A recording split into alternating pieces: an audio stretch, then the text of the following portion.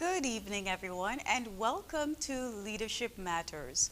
Over the coming weeks, the Leadership Matters virtual forum series will focus on the big stories and issues in the Federation of St. Kitts and Nevis, and it will also show how leadership in practice is helping to transform the nation and people's lives. One such big story is the reopening of the nation's schools next week. So a topic of discussion tonight will be health and safety measures that can keep students, teachers, and their families safe during the coronavirus global pandemic. We will delve into all of this and more, so don't miss tonight's edition of Leadership Matters. Stick with us and we'll tell you what you need to know after the break. National Housing Corporation revolutionized the way construction was done, especially building small, middle, and low-income housing. We built houses with bigger bedrooms, bigger bathrooms, all painted, cupboards, well-suited and tiled, first-class quality. I usually refer to those houses which we built as houses fit for kings and queens. But we also built some studio units in St. Peter's, a place called Paris. Those studio units are ideal for the single person seeking to begin to build his own life, understanding what it is to be living with responsibility for themselves and for all of the utilities associated with the home. In this new term, we will do many more of those across the country. It is why on this 24th anniversary occasion, I am pleased to be here to say happy 24th anniversary to those who have all been associated with the National Housing Corporation over many years. I think the next 4 years is an exciting period, a period when young people in particular should benefit from the work of the ministry and should benefit from the work of those who work at National Housing Corporation. I should say overall, benefiting from the work of the Team Unity administration. Happy 24th anniversary.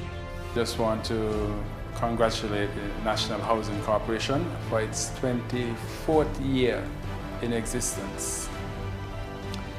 NHC, as we know it, I believe have come a long way, and I too want to congratulate even the past board members who would have brought NHC thus far.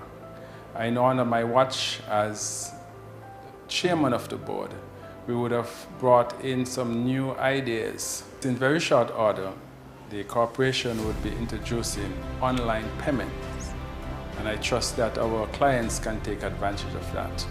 I would also like to congratulate the other members of the board, National Housing Corporation board and management team and staff for this 24th year of existence of the National Housing Corporation. Happy 24th anniversary, NHC. I am Julian Edmeade from the Purchasing Department, wishing NHC happy 24th anniversary. It is my turn to wish NHC a happy 24th anniversary. Guess what? It's our anniversary. Happy 24th anniversary to NHC. Yeah. Happy 24th anniversary, NHC.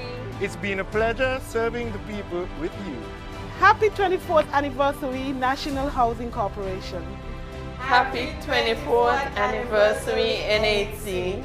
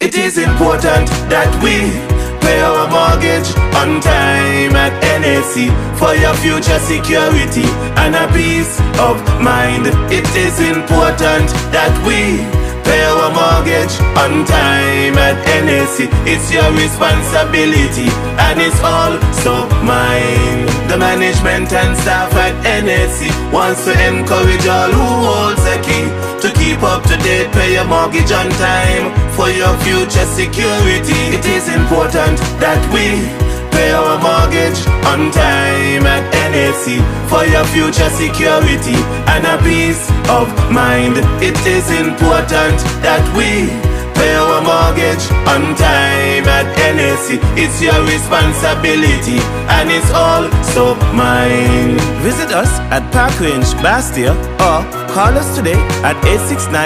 869-466-4701 for your future security. Easy na man.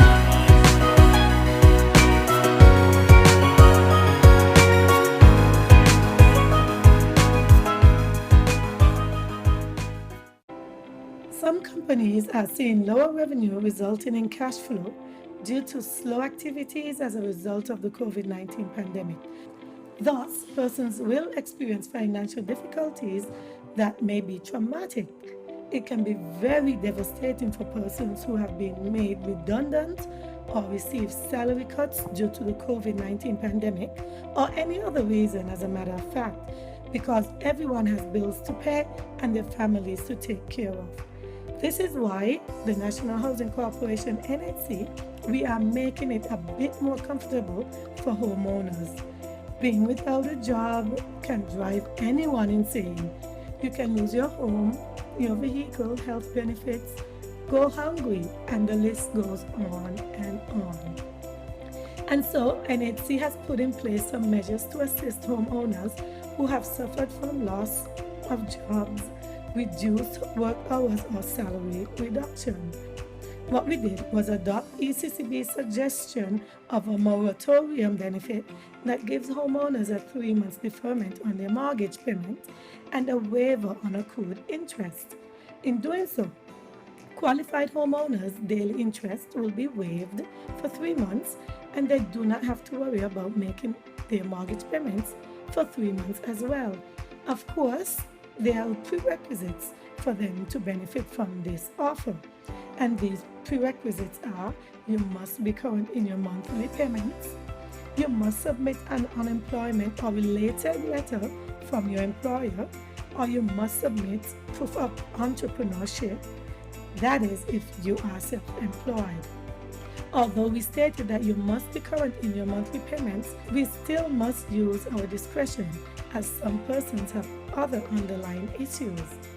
If you fit any of these categories, the process begins with you coming into NHC and speaking with the client relations officer. Our competent staff will ensure that you are guided in the right way to complete this transaction. NHC has been monitoring the COVID-19 pandemic and adhering to the NEOC and task force protocols to keep our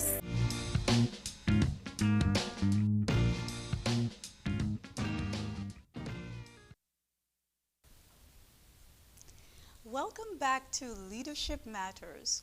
Joining Prime Minister Dr. the Honorable Timothy Harris tonight is Minister of Education, Youth, Sports and Culture, the Honorable John L. Powell. Tonight you will have an opportunity to give your input and ideas towards keeping schools safe from COVID-19. The call-in numbers are 869-466-2666, 662-8674, 767-4765, and our overseas line is 239-645-4500. Questions can also be sent via WhatsApp to 869-661-5683. However, first preference will be given to those who phone in to the program. I now invite Prime Minister Harris to present his opening remarks. Citizens and residents, greetings. I thank you for tuning in to ZIZ TV and radio, and for logging on to several social media platforms carrying this program. A new set of regulations to assist us in the fight to contain and eventually defeat COVID-19 was published on August 27, 2020 by an extraordinary Gazette number 67 of 2020. These regulations became effective at 5 a.m. on Saturday last and will remain in place until midnight Saturday, September 26, 2020. The regulations focus on further opening up of our society, particularly our schools, and on the economic front, attention is paid to our hotel sector. These regulations outline the non-pharmaceutical measures to be utilized to protect us from the COVID-19 pandemic, and in the main, they set the minimum standards to be followed as we continue the careful opening up of the economy. These standards of hygiene, the wearing of masks outdoors, social and physical distancing are of course critical to our strategy of containment and the eventual elimination of the disease, mitigating the overwhelming of the health sector and of course the avoidance of deaths.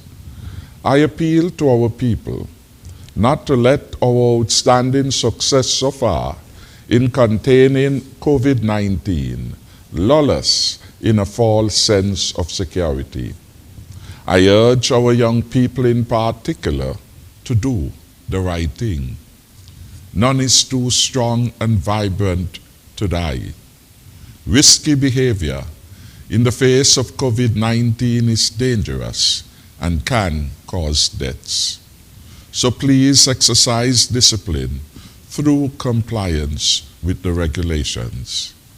I appeal to operators of buses, bars, and entertainment centers in particular to comply with the regulations. Be reminded that beach parties and picnics are not allowed for the time being, and weddings and funerals should be for a short duration with social and physical distance being observed. As we contemplate and prepare for the eventual full opening up of the hotel sector, Regulation 18 and Schedule 3 Part 1 in particular gives a detailed guidance by way of minimum standards to be put in place by our hoteliers. All hotel employees should make themselves familiar with the new rules. I urge hotel operators to begin the preparations for an October opening, making the necessary physical and other adjustments in advance, and to test their systems and their ability to respond appropriately. I turn now to our Independence events, and you recall last week that was one of the focus of my opening statement. Our independence celebrations this year are taking place at the peak of the hurricane season and at a time when COVID-19 continues its rampage around the world. Globally, there are 25,327,098 cases, with 848,255 deaths recorded, and 208,215 newly diagnosed cases within the last 24 hours. The short point, far from being gone, COVID-19 is still with us, and it is doing great harm to our bodies, our economies, and societies. St. Kitts and Nevis's infection rate and mortality rates are among the lowest in the world, We thank God for sparing us from the deaths and containing the number of cases here in St. Kitts and Nevis to 17. It is the lowest number of all independent member states in the OECS, the Caribbean, and the wider Americas. We, however, must never be lulled into complacency, but we must continue to utilize the non-pharmaceutical measures, such as the frequent washing of our hands with soap, the wearing of masks outdoors, boosting our immune system, and observing physical distancing, all in an effort to keep COVID-19 at bay and far away from St. Kitts and Nevis as possible. I must advise the public that the Commissioner of Police, Mr. Gilroy Brandy, will be vigorous in enforcing the law in relation to the wearing of masks in public, limiting crowds to a minimum, and I appeal to all to comply with the law.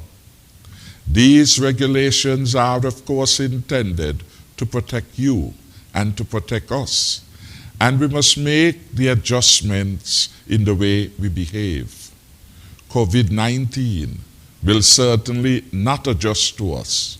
We are the ones who must adjust to the new norm of living with the dreaded disease, COVID-19. In keeping with the new norms, and to continue our leadership on the matter, Cabinet yesterday reviewed the proposed independence program, and Cabinet determined that there will be no independence parade this year. I repeat, there will be no independence parade this year. This is to reduce the risk of the spread of the virus, with thousands of participants attending the independence parade. This decision, of course, was a painful one, given the seminal importance of independence at the fulcrum of our sovereign state. We encourage persons, however, to wear their national colors, to carry their national flags with them, and display their flags on their homes and public buildings. We encourage the visible display of national pride, patriotism, and the showcasing of our emblems of nationhood. We encourage community activities to mark the day, mindful to comply with our COVID-19 regulations.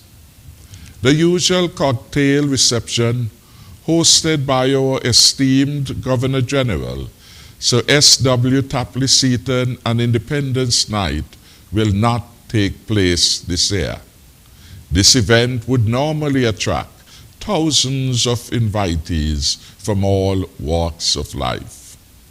Our National Heroes Day commemorative event will take place at the National Heroes Park, and as to be expected, social distancing and the wearing of masks will be observed. The program will be curtailed, and members of the public are invited to witness the event. The dignitaries and family members will also be involved in the ceremony. The Prime Minister's lecture series will be delivered this year by one of our citizens in an environment which will be more compliant with the new norms of COVID-19. In sum, independence events in the context of COVID-19 have been modified to minimize health risks to everyone. As a consequence, some events have been cancelled, scaled back, or will be delivered virtually. I turn now to the matter of the stimulus payment, $1,000 per month, that has been paid over the last couple of months by the Social Security Board. I have listened intently to callers on this weekly program expressing their gratitude for our comprehensive stimulus package and seeking extension of some components.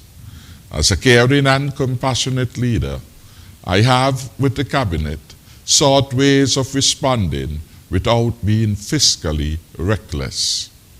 I am pleased to advise that those persons who are not yet back out to work, according to the Social Security records, will receive a further assistance in September to help them meet some of their expenses at this difficult time. I urge those who are fortunate enough to benefit to spend wisely, not on frivolous consumerism, but on essentials for life and living. There is a need for all of us who are victims of COVID-19 to be careful how we spend every cent. If there was ever a time to be prudent in our spending, it is now in this time of COVID-19. The Social Security Board has advised that it expects close to 3,000 unemployed contributors will benefit from this stimulus to be paid later this month.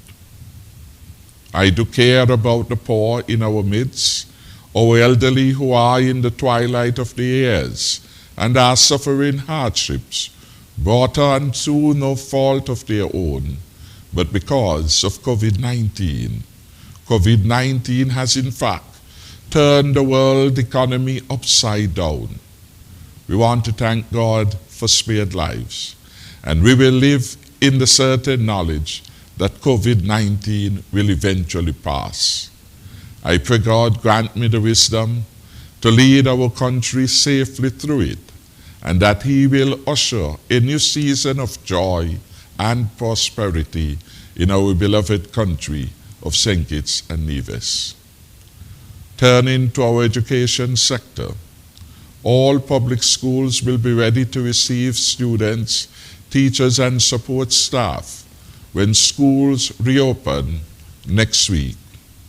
I am advised that private educational institutions are also expected to work with the COVID-19 task force to confirm their readiness for the reopening.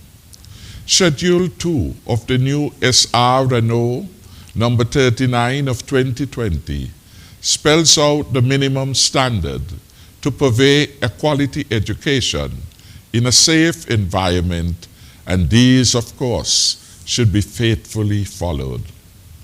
I am joined tonight by my new Minister of Education, the Honorable John L. Powell. I have every confidence in his ability to lead the education ministry at this time of challenge and opportunity. We shall work in unity to deliver not for ourselves, but for the beloved people of St. Kitts and Nevis, who, when faced with a choice, judiciously and wisely chose Team Unity. As Prime Minister, I pledge to do all in my power to improve the living standard of all our people. Let us put aside the divisiveness and strife, and the pettiness and egomania for unity in service to nation building. Our country is calling on us to help our people and country achieve what no other generation before us has. I know that we could answer positively to this call. Let us work together, one people, one country, one destiny. I thank you. Thank you very much, Honorable Prime Minister. I now invite the Honorable John L. Powell to make his opening remarks. Good evening to the listening and viewing public. It is indeed a pleasure to be here this evening on Leadership Matters with my friend and colleague, Prime Minister Dr. the Honorable Timothy Harris. Tonight is an opportunity for me in particular to address the reopening of schools come next Monday, the 7th of September. I use this opportunity to thank the Honorable Prime Minister for having the confidence in entrusting the Ministry of Education to me at this critical time in the history of St. Kitts and Nevis. I also want to use the opportunity to thank my immediate ministerial predecessor, the Deputy Prime Minister, the Honorable Sean Richards, for his guidance and support during this period. It has been a challenge, but the Ministry of Education has a very competent team at its helm and very dedicated teachers and other staff who are all focused on ensuring that the schools in St. Kitts and Nevis open next week in a healthy and efficient manner. Your team Unity government is doing all in its power to ensure this and to ensure that the necessary support is there for staff and students, students being the ultimate beneficiaries and the most important persons in this process. As we go forward, we look forward to a healthy partnership with parents and guardians in particular, as we all have a role to play in order to ensure that the reopening of schools is done in a successful manner and in a manner that is healthy and keeps our people healthy. Next week, school begins on September 7th, when all teachers and staff are expected to report. Students are expected to report on Wednesday, the 9th of September, at which time we will be ready to begin instruction. Again, this is a difficult period and we understand this.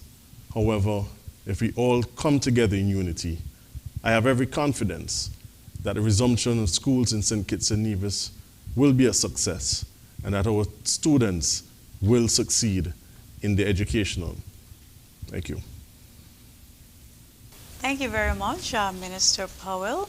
We will take a quick commercial break, but just before we do, I'd like to give you the numbers again to call. They are 466-2666, 662-8674, 767-4765, and our overseas line is 239-645-4500.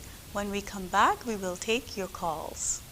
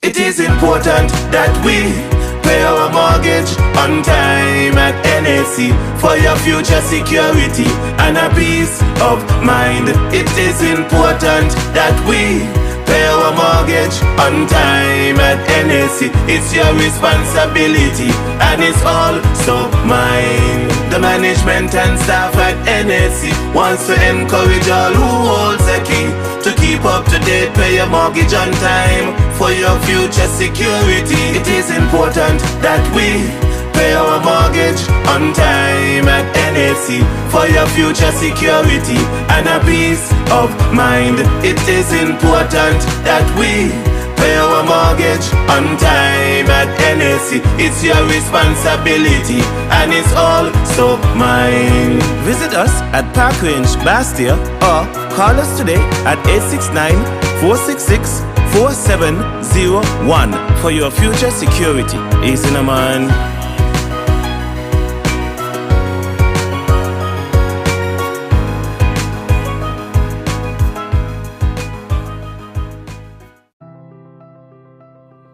National Housing Corporation revolutionized the way construction was done, especially building small, middle, and low-income housing. We built houses with bigger bedrooms, bigger bathrooms, all painted, cupboards, well suited and tiled first-class quality. I usually refer to those houses which we built as houses fit for kings and queens. But we also built some studio units in St. Peter's, a place called Paris. Those studio units are ideal for the single person seeking to begin to build his own life, understanding what it is to be living with responsibility for themselves and for all of the utilities associated with the home. In this new term, we will do many more of those across the country.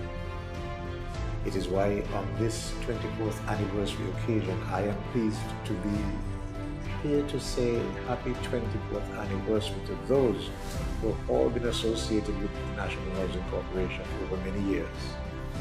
I think the next 4 years is an exciting period, a period when young people in particular should benefit from the work of the ministry and should benefit from the work of those who work at the National Housing Corporation. I should say overall, benefiting from the work of the Team Unity administration. Happy 24th anniversary. Just want to congratulate the National Housing Corporation for its 24th year in existence. NHC, as we know it, I believe have come a long way, and I too want to congratulate even the past board members who would have brought NHC thus far. I know under my watch as chairman of the board, we would have brought in some new ideas. In very short order, the corporation would be introducing online payments, and I trust that our clients can take advantage of that. I would also like to congratulate the other members of the board, National Housing Corporation board and management team and staff for this 24th year of existence of the National Housing Corporation. Happy 24th anniversary, NHC. I am Juliana Edmead from the Purchasing Department, wishing NHC happy 24th anniversary. It is my turn to wish NHC a happy 24th anniversary. Guess what? It's our anniversary. Happy 24th anniversary to NHC. Yeah. Happy 24th anniversary, NHC. It's been a pleasure serving the people with you. Happy 24th anniversary, National Housing Corporation. Happy 24th anniversary, NHC.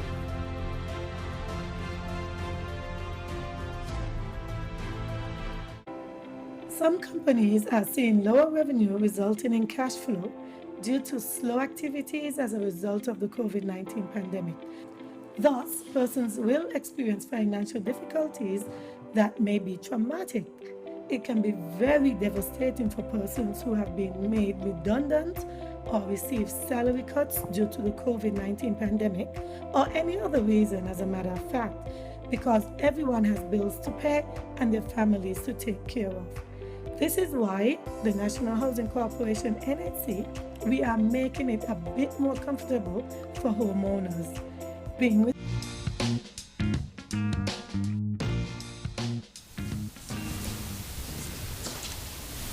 Welcome back to Leadership Matters. Tonight, we will take your calls not just about education, but you're also encouraged to ask questions on other issues of interest or concern to you.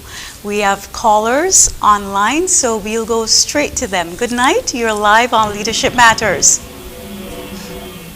Hello. Hello, good night. Okay, we're getting some feedback. I should let you know that you should away from your device, computer, TV, radio. Just move away from it and please speak directly into the phone. We can hear you. So go ahead. Good night. You're live on Leadership Matters. Good night. Good night. Hello. Please. Hello. You can hear me now? Hello. Yes, we can hear you, caller. Good night, my wonderful Prime Minister, Best all over. You're doing a very good job. That's why you get a second term. Good leadership does matter. Don't mind the Sese. That's the name. You did not bad since you're born. That's why 1 and 2 Timothy and other scripture guiding you. Timothy, show your goodness, grace, mercy, and peace over you. This is my concern. Prime Minister, I know this might not be the program or time for what I want to say, but I am asking you, please, get the Environment Minister, no inspector, on your program, or get a couple hours of your busy schedule, go around the town with him. It's very dirty, especially McKnight where I am living.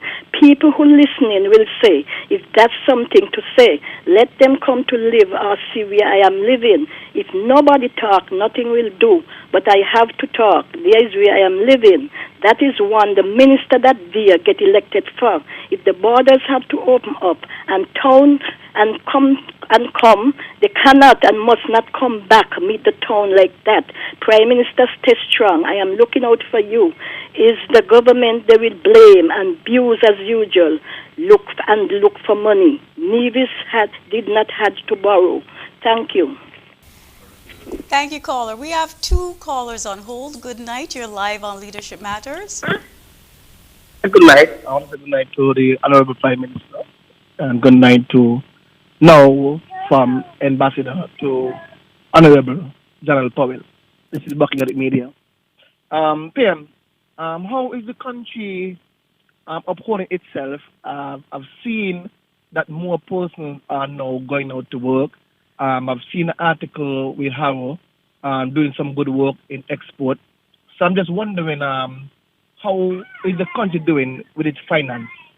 Mr. Powell, how confident are you feeling going into school? Are we opening the school with what you have put in place? That's all for now. I'll listen off it. Good night, caller. You're live on Leadership Matters. Go ahead, please. Hi, good evening. How are you? And good evening, Honorable Powell. Good evening, Honorable Prime Minister. This is Carlton Lester Buchanan from Sandy Point. As I listen to your opening remarks, Mr. Prime Minister, you gave me a great feeling. And I'm going to reiterate again for what I said last week. I love your leadership. My family love your leadership. And one question, Mr. Prime Minister. I would like to know if you can join number 5 with number 7 so we have great leadership like what you have. Thank you. Thank you very much. We have a final caller on hold. Good night. You're live on Leadership Matters. Good night, Mr. Prime Minister. Good night. I was listening Straight Talk last night, and I hear some talk in there what I don't like. I don't know if somebody had invited you up Nevis to 4 Seasons to open up there when they call with business hour for the opening of food hotels and so. But you know, jealousy and feelings are coming in everybody. I don't know if you went up there and certain people never know. But the kind of talk I hear, I know you in the Constitution think it and Nevis, the Prime Minister is a leader. I know that. He had Blacker, he had Simmons, and he had Douglas. And here come you, Mr. Harris. And the claim say in Nevis that is the best treatment they ever get. But I know in school, we used to get a thing in Catboil when you take back things. This is not time we take back nothing. I born 1954, the 4th of February, and in Kean, and a estate. And when I grew up with my father, with a lot of people used to be around, and I never know what my vision. And in politics, put Nevis and Sinky together is one blood. One blood. In Kean, when I was about 10 years, right before you low and talk about high school where you went, there was sugar and cotton. I don't think you had born yet. I don't believe you had born yet. Me, John Paul. I was about 10 years. I live 5 places in Kean. Right now, out of Kean. I ain't so like it. So we have to pay for some land. And Simmons come and tell and have to move still. Anyway, the thing about it, right? That secession come up already. And you're coming up now. But you don't make sure them, make no sense to bring it up now, because you not come in before and you not come again. It's something like a reparation. I don't know when I can get these things together, but I know that it's one blood we sink it and Nevis. I don't know about Antigua and Barbuda, Trinidad and Tobago, but I know it's Titition and Nivision. And we might change the identity, call it one blood, not no Nivision and Titition, one blood. And I want when the economy open back up, and I'll get a little money, and I'll build a bridge. Somebody drop me, the closest point to Nevis. Right to the mark, because just over forget that and walk from there, go straight across like African with something maybe pan me to eat. So I'm going to have a long journey. All right, now, Mr. Prime Minister, you take it easy and you keep on your head. You keep on your head. Because I know what I got in store for you, and I know I'm going to guard you. I got to kind of run. I could guard you with Christ. All the best. Thank you, caller. Okay, we don't have any more callers on hold. Oh, okay. I'm told that we have one additional caller. Good night, caller. You're live on Leadership Matters. I am back. The workers not going to work and going for pay. You have a lot of pretenders around you. Please know them. They went to vote against you and still abusing. Let them know the best you can do. You have your family to shake your hand. That is leadership. We had nothing like that before. The drains are green. Please advertise for workers. Give the landowner about 3 to 4 months to clean up their land. Some might dead or gone away. Somebody have to be there. They're not looking good. Please get them bar up, then they will come. Build houses on them. People will want to say something, but you have to do something. The rejects on the program abusing you every day. Let them see the good you're doing, not like them in 20 years. And you're doing for everybody. And it's hurricane, it will be you again. Let them give you a break, or they want to abuse for 5 years. I want to say for them that they must do for the people, must call in and say thanks to you. It's something very good you do. It's hurricane, and what happened the last time with the garbage coming down in the drains to block them up, it might be worse. When me culture and manners and program, no officers studying us for the dirty land. This stinks, so please look into what I am saying. The land at the Bay Road by the supermarket, it's terrible. That cannot be right up until now. No officers going to do nothing. It's not their government. It's over 25 years. It's long overdue. You did not bring the corona and saying this is the best right now. Caller. When it open up, they must not come and spoil it. Caller. Have your praying people out here for you. Thank you, thank you. We love you, love you. Get home safe. Thank you, caller. We have 2 callers on hold. Good night. You're live on Leadership Matters. Good night, caller. You're live on Leadership Matters. Hi, good night. Hello? Yes. Hello? Okay, please move away Hello, from good your... night. Good. I can hear you. Go ahead, please. Just speak into the phone. Yes, I want to comment Honorable Lindsey Grant coming back to the people in constituency number 4. He's listening to us and he's working. And I want to commend the Prime Minister on the good leadership, and the country is running good and the country is pushing forward for unity. You understand? I thank you. Thank you, caller. Good night, caller. You're live on Leadership Matters. A pleasant good evening to my Prime Minister, Dr. Timothy Harris. Prime Minister, I want to commend you highly for your great leadership for this Federation of St. Kitts and Nevis. I also want to thank you for paying the money to Social Security to those people who are going through a phase of losing their job. Great leader you are. The best Prime Minister in St. Kitts and Nevis. Continue to do what God have you to do. And the word said, the step of a good man are ordered by the Lord. Mr. PM, I also want to say this on the record, to tell Mr. Mark Brantley to stop run race with you, because you have a heart and you are a great leader and you help all of them to get into power. And without you, there would have never been a team unity. Good night. Thank you, caller. Okay, I will invite Minister Powell to address a question that was directed at him about how confident is he about opening the schools. Let me say to, I think it was Bucky, good evening and thank you for that question. I am very confident in the process by which we will open schools on the 7th of September. Like I said in my opening statement, a lot of people have been working extremely hard to ensure that this happens. I must use the opportunity to single out the senior management team of the Ministry of Education who have been staying in office until late at nights, on most nights over the past few weeks to ensure that this is a reality. I speak specifically of Permanent Secretary Vincent Hodge, our Assistant Secretary, Dr. Tricia Esdale, our Personnel Officer, Stacey Gums, our Chief Education Officer, Dr. Debbie Isaac, our Deputy CEO, Francil Morris, and our Senior Education Officer, Lisa Pistano. They have been leading the team and providing all of the support that the schools need to reestablish themselves next week.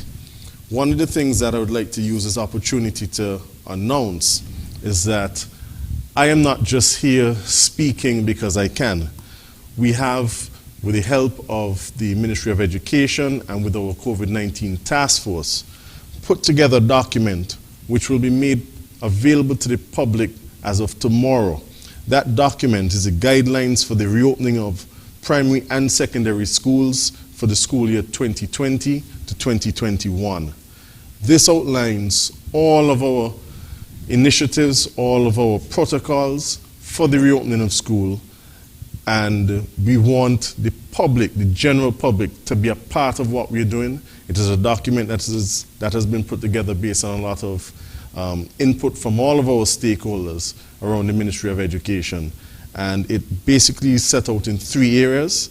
Part A outlines the structure of the school year 2020-2021 and provides all of the various dates, important academic dates, the start and end dates for the different terms, and different educational dates of significant importance. Part B describes the logistical arrangements for school operations and speaks to all of the things that we're putting in place to ensure that the teachers and other ancillary staff are trained and continue to be trained, not just in COVID-19 protocols, but also in relation to our e-learning platforms that we are also using in a blended learning situation.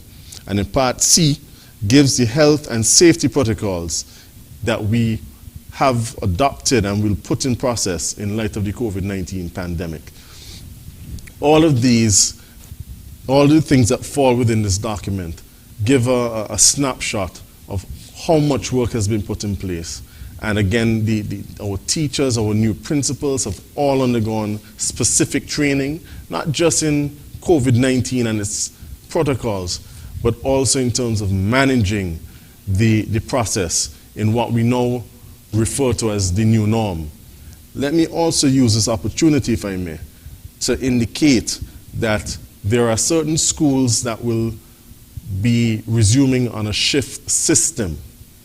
And this is being done because we are confident in the procedures and processes that we have in place. And those schools have been identified based on their population, so these would be the larger schools. And the primary schools which will be operating on a shift system are the Beach Allen Primary, the Dr. William Connor Primary, the Sandy Point Primary, the Tucker Clark Primary, and the Cotton Thomas School. The secondary schools that will be opening on a shift system are the Washington Archibald High School and the Bastia High School. Teachers will be expected to come out to work for the entire day as normal. They will be expected to report to work at 8 a.m. and complete their day of work at 4 p.m. In terms of the hours that the children will be required to attend school, for grades 4 and higher, the children will be expected to report to school at 8:30 and sorry, let me correct that. Schools that are not on shift system, you go to school, it's full day school as normal, 8:30 to 3:30. Those who are on the shift system will be required to come out for the morning shifts, those who attend the morning shifts, at 8:25 a.m. and that shift will end at 12:15. So if you are attending school on the morning shift, you come at 8:25 and that shift concludes at 12:15.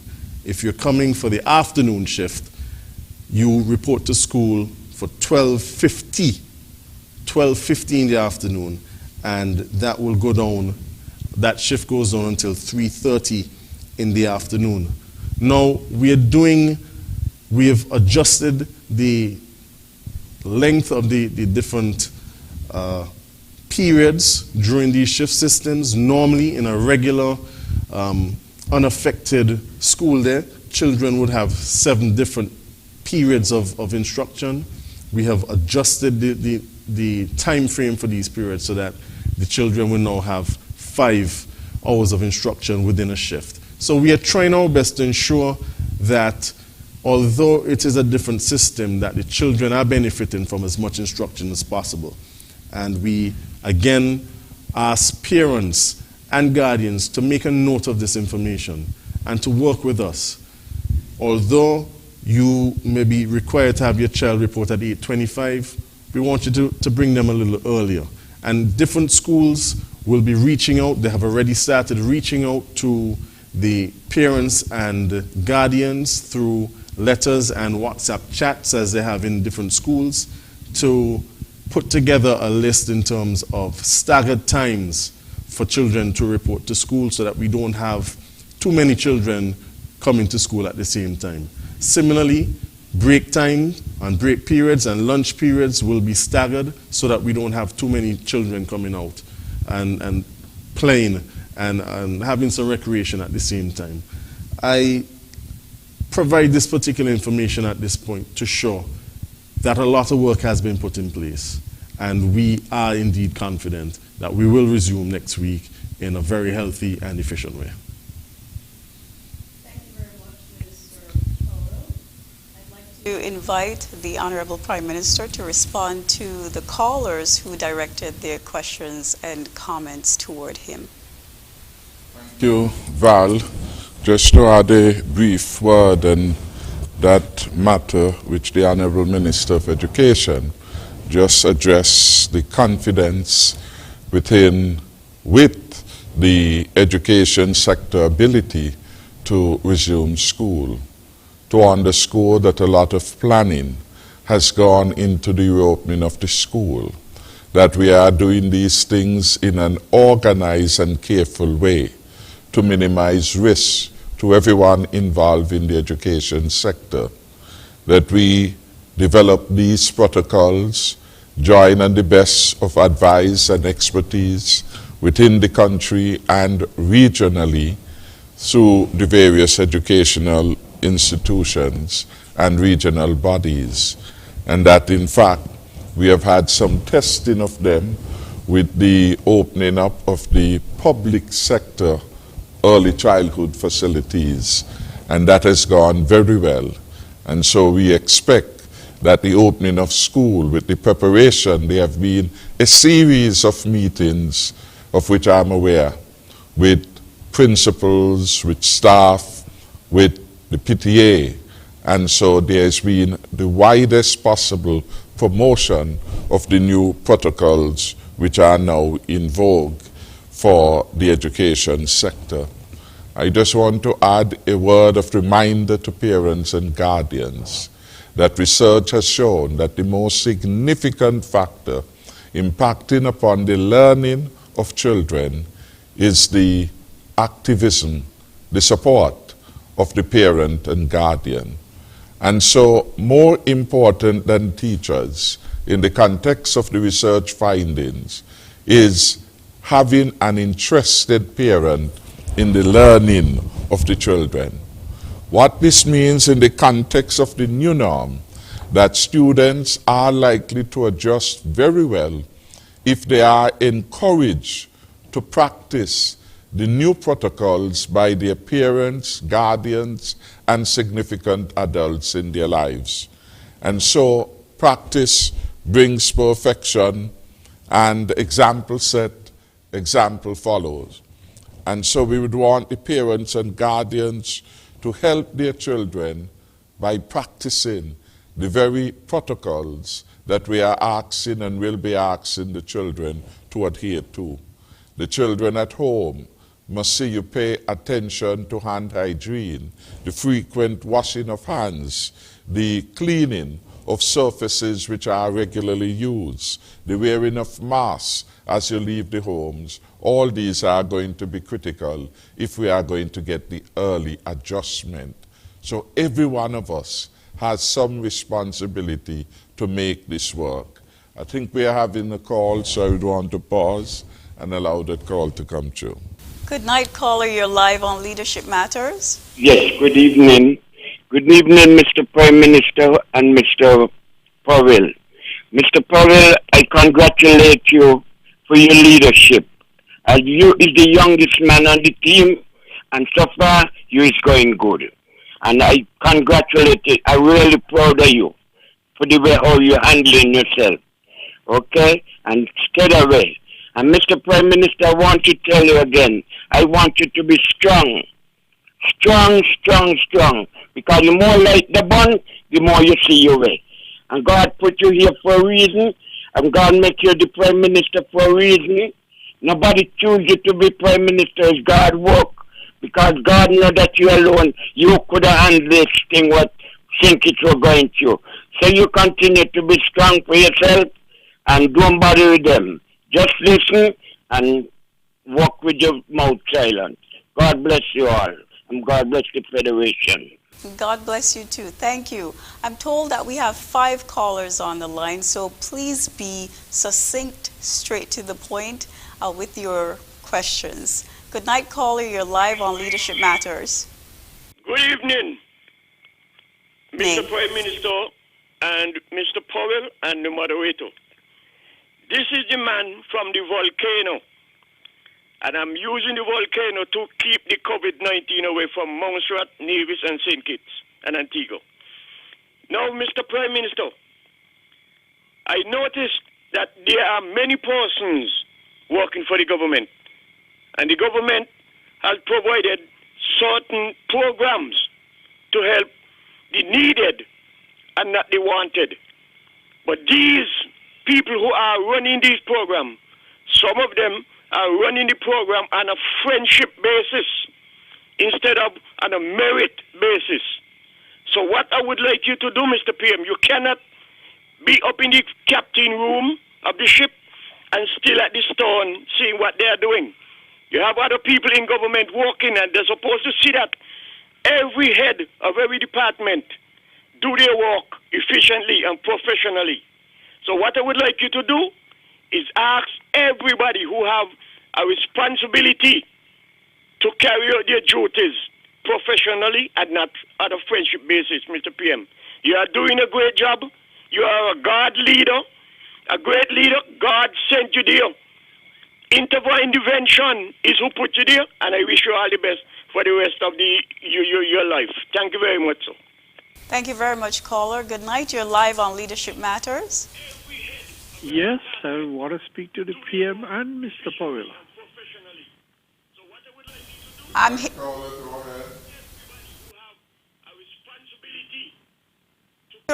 Turn your radio or TV down and just speak into the phone, please. Will do. Thank you. Go ahead, please. Mr. Culture is still on the phone. Yeah, good evening, Mr. PM and John L. Powell.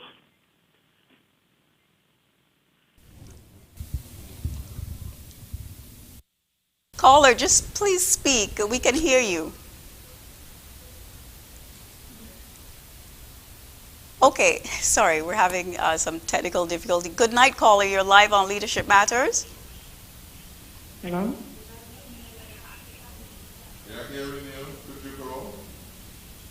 Hello? Yes, can you speak, please? Leadership? Yes, okay. Apparently the callers seem to be listening on the radio or watching TV. Please, once you dial the numbers, please just speak into the phone. Good night, caller. You're live on Leadership Matters. Yeah, good evening. Good evening. Yeah, I'm trying again. My call seemed to have dropped out. We can hear you now, so you have the floor. Go ahead, please. Okay. Good evening again, Mr. PM and the Honorable General Powell. A number of short questions. First off, I've been listening to the radio recently to try and identify what bills are going to be tabled in Parliament on Thursday. I don't know if you could give us some insight into that. That's one. Two, in many other countries around the region who have been had their borders closed, when they opened, they had an influx of COVID-19 cases. What assurance do you have that we won't go through the same exercise when we open, I assume sometime in October of this year? I'd hate to see us not learn from the experiences of others. And for Mr. Powell, why is it necessary to have two different systems, whereby some schools operate with shifts and the others that operate a normal school day? And last, but yes, for the time being, how can you control the gatherings of persons during the breaks? How do you control the distancing of students during the break periods, and especially situations around the trays, the ladies and the men with the trays outside the schools when they have breaks and after school and that kind of thing? You have large gatherings of students.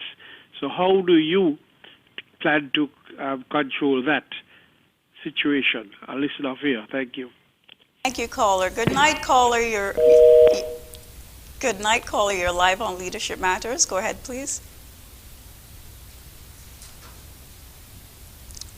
Okay, I think we have one last call. Good night, caller. Okay, we don't. All right, so I will turn to Minister Powell to address some of the questions that were just directed at him, and then I will invite the Honorable Prime Minister to answer questions that were asked of him.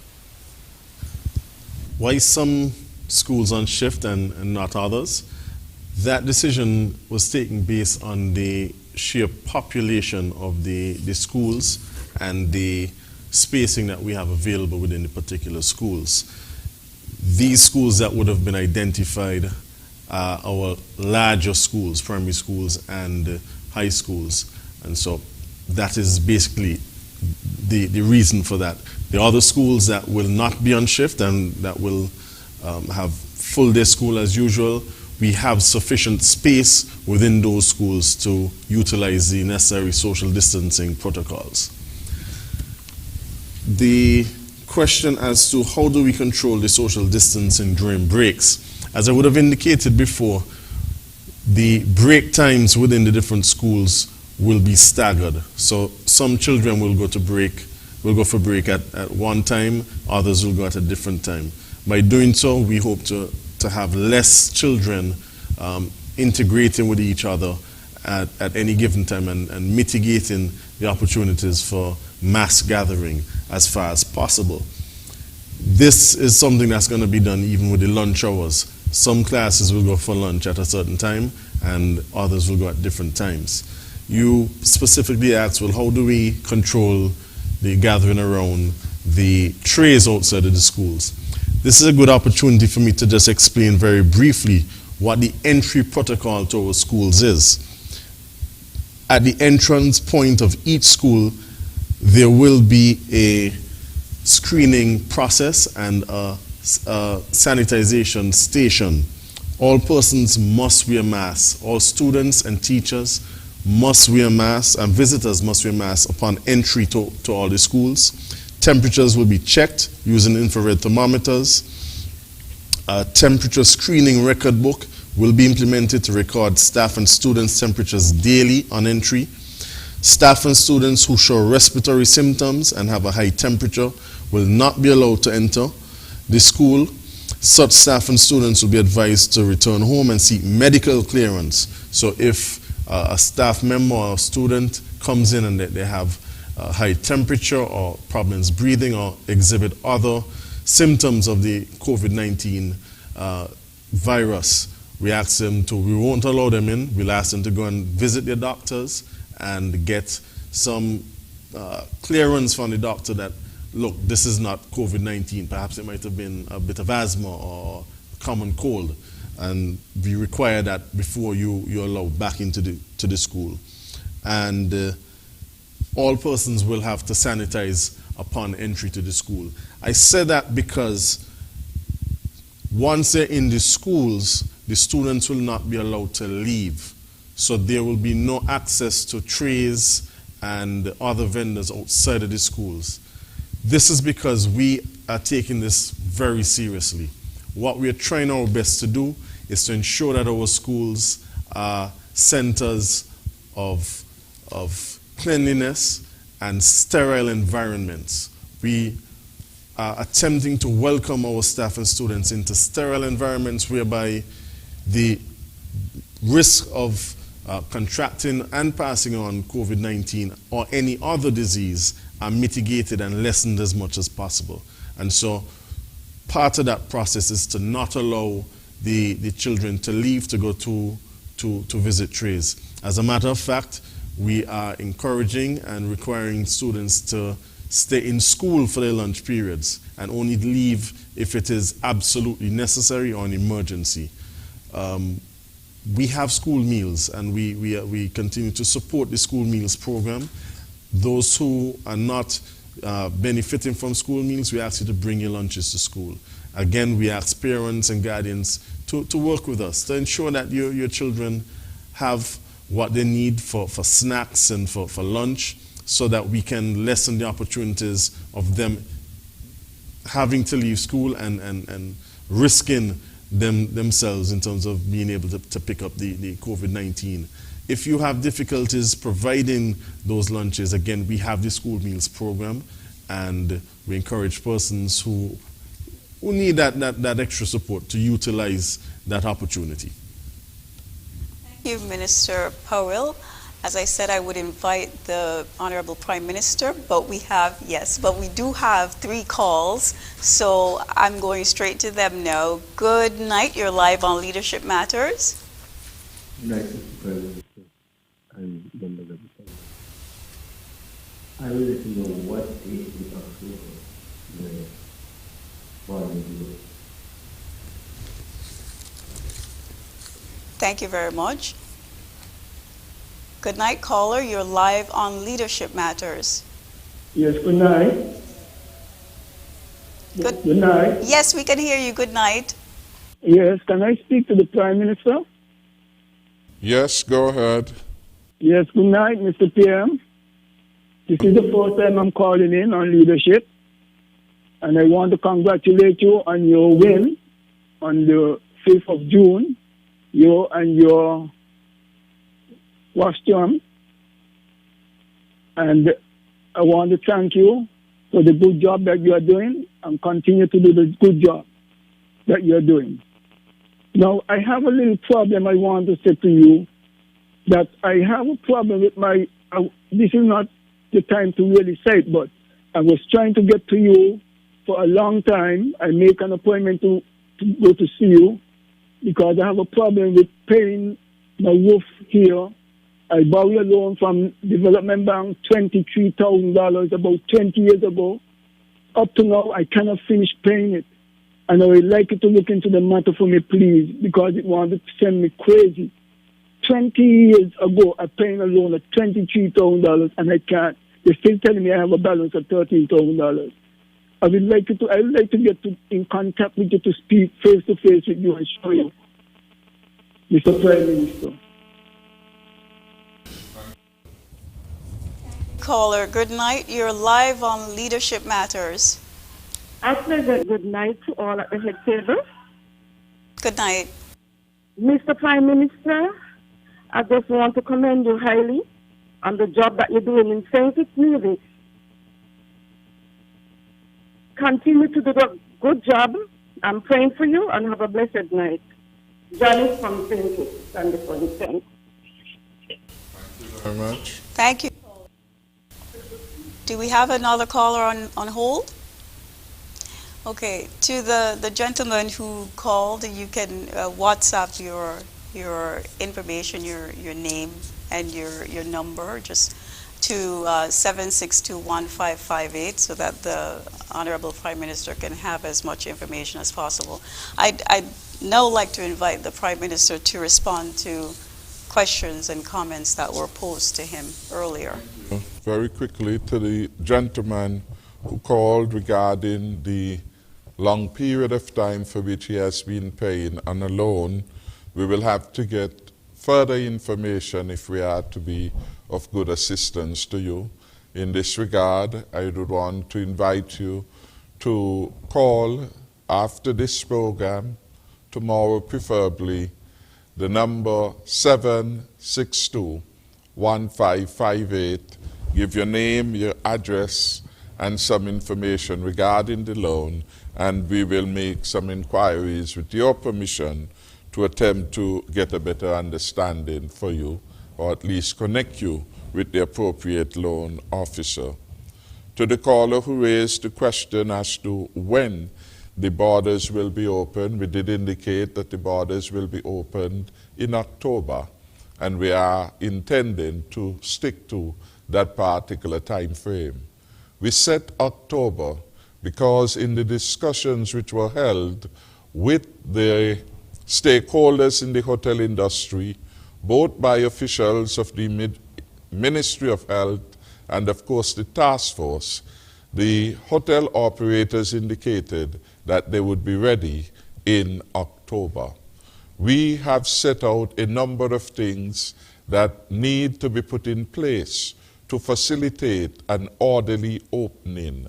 And we have to monitor the progress of those activities before we can concretize a particular date.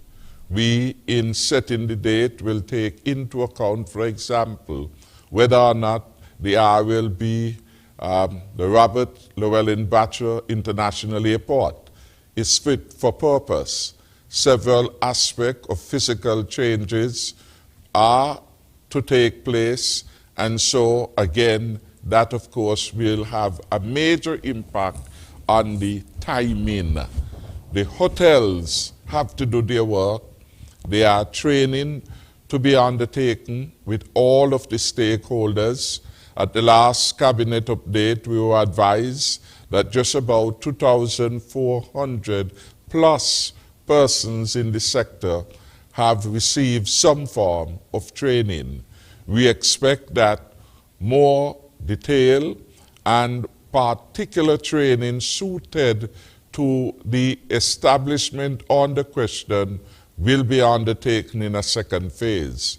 The Ministry of Tourism, through the Tourism Authority, had indicated that they expect that training to go up to the end of September. If all goes well, then it means that the necessary training and preparation of the workers would have taken place to allow for the date in October to be realized. We will make note or notice of that date way in advance of the particular day.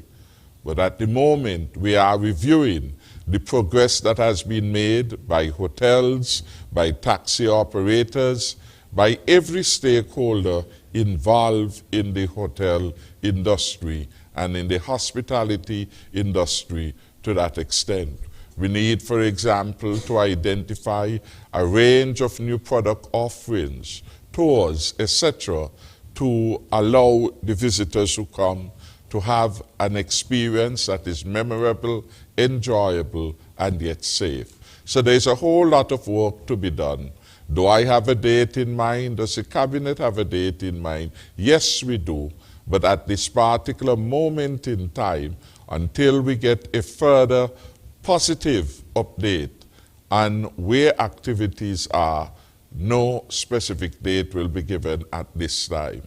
We had set a target that 5,000 persons will be trained in the hotel sector. We are now at last report at 2,400 persons having been trained. So as we make progress, the more progress we make, the earlier we can make the declaration of the date. We do anticipate, and we would wish by October 1st, all of the work, or most of the work, would have been done. So we are waiting, really, and encouraging the critical stakeholders to move with respect to that. Mr. Howell raised the question of the bills to be debated or to be tabled in Parliament this Thursday the 3rd of September. The bills are the Advanced Cargo Information Bill that will be moved for the first reading and will also have a second reading. We have the Eastern Caribbean Supreme Court Judicial Officers Pension Bill of 2020, and we have the National Assembly Elections Amendment Bill 2020.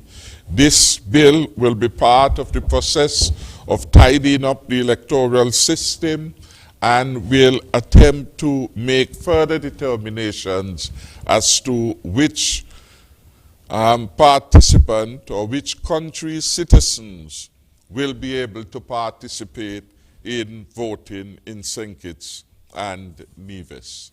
I think we have another call, so we should pause for that one. Good night, caller. You're live on Leadership Matters. Yes, good night, everybody. My question is pertaining farming. Is there anything in place for the local farmers, them who have crops on their hand and having a problem or having issues in getting them sold? Also, is there anything in process that the farmers them can get together and ship the products, ship the produce overseas to the neighboring islands, similar to you have a boat that come here on Monday from Dominica. They load up the boat with stuff and send them out. I think that would be a good revenue for the country to make some money for the neighboring islands who don't have fertile soil and so forth.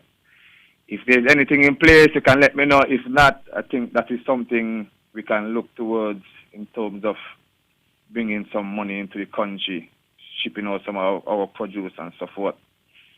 Yeah, thank you. That's my contribution. I listen off here. Thank you, caller. Good night. You're live on Leadership Matters. Another caller?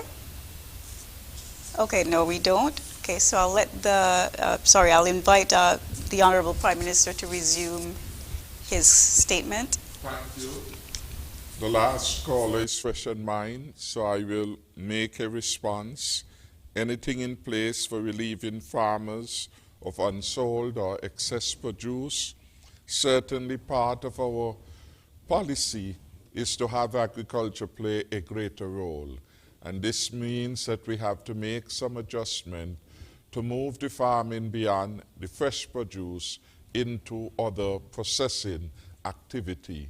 And so agro-processing becomes critical as part of our food security program. What I would suggest to the caller, he has some very interesting ideas that are clearly in sync with our program for an expansion of agriculture within the country. And those ideas, of course, should be put to the officials in the Ministry of Agriculture, Mr. Melvin James, and of course the new Minister of Agriculture, the Honorable Alexis Jeffers, should be able to articulate more on the specifics. We had some years ago engaged in providing the processing of fruits, of vegetables, etc., at a facility on the SSMC Farmer compound. That program of agro-processing had been supported by the Taiwanese. I think that that system is still in operation. We had provided some support for a number of farmers, Ms. Nisbet come quickly to mind, who had been assigned a particular property at Needmos, and they were to deal with issues of storage and preservation of products. I'm not sure where that is at this particular moment in time. The export of products is something that we would want to encourage. Indeed, part of the program for the expansion of agriculture through the special farm, I think it was called Belmont, in the St. Paul's area, was to ensure that we had adequate supply to move into the neighboring islands by boat and other forms of transport. And so the caller again is in target. What I will try to do for subsequent programs will have someone come to represent the agricultural sector who could speak in more detail as to exactly what is happening on the ground. Agriculture is important, critical to our future, critical for food security, critical to our health, critical to foreign exchange, savings and earnings, and we want to pursue an agricultural program that is larger and better than anything that had happened in the past. So I welcome the farmer, and I would want the caller, and I would invite him to give his particulars to this phone number, 762-1518,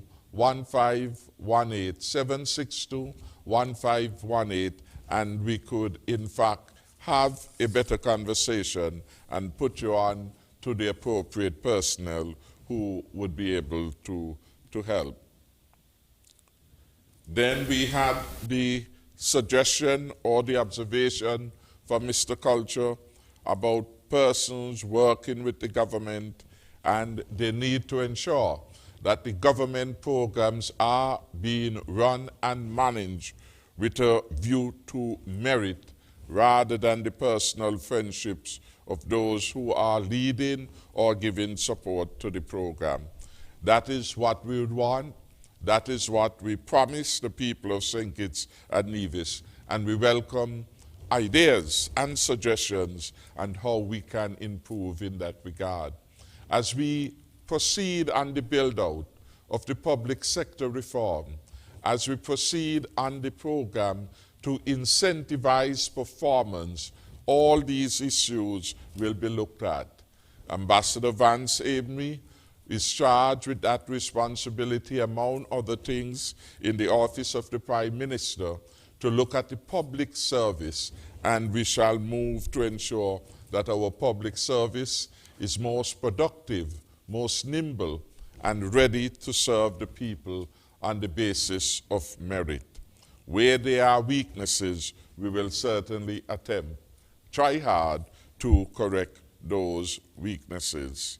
I want to thank Rock and all the other callers, Buchanan, Alice, and so on, for their words of commendation. Marsha and all of you, thank you very much. Alice raised the important question of the beautification, the environmental health in Basseterre, issues to do with the rejuvenation of Basseterre. That is an important topic for us.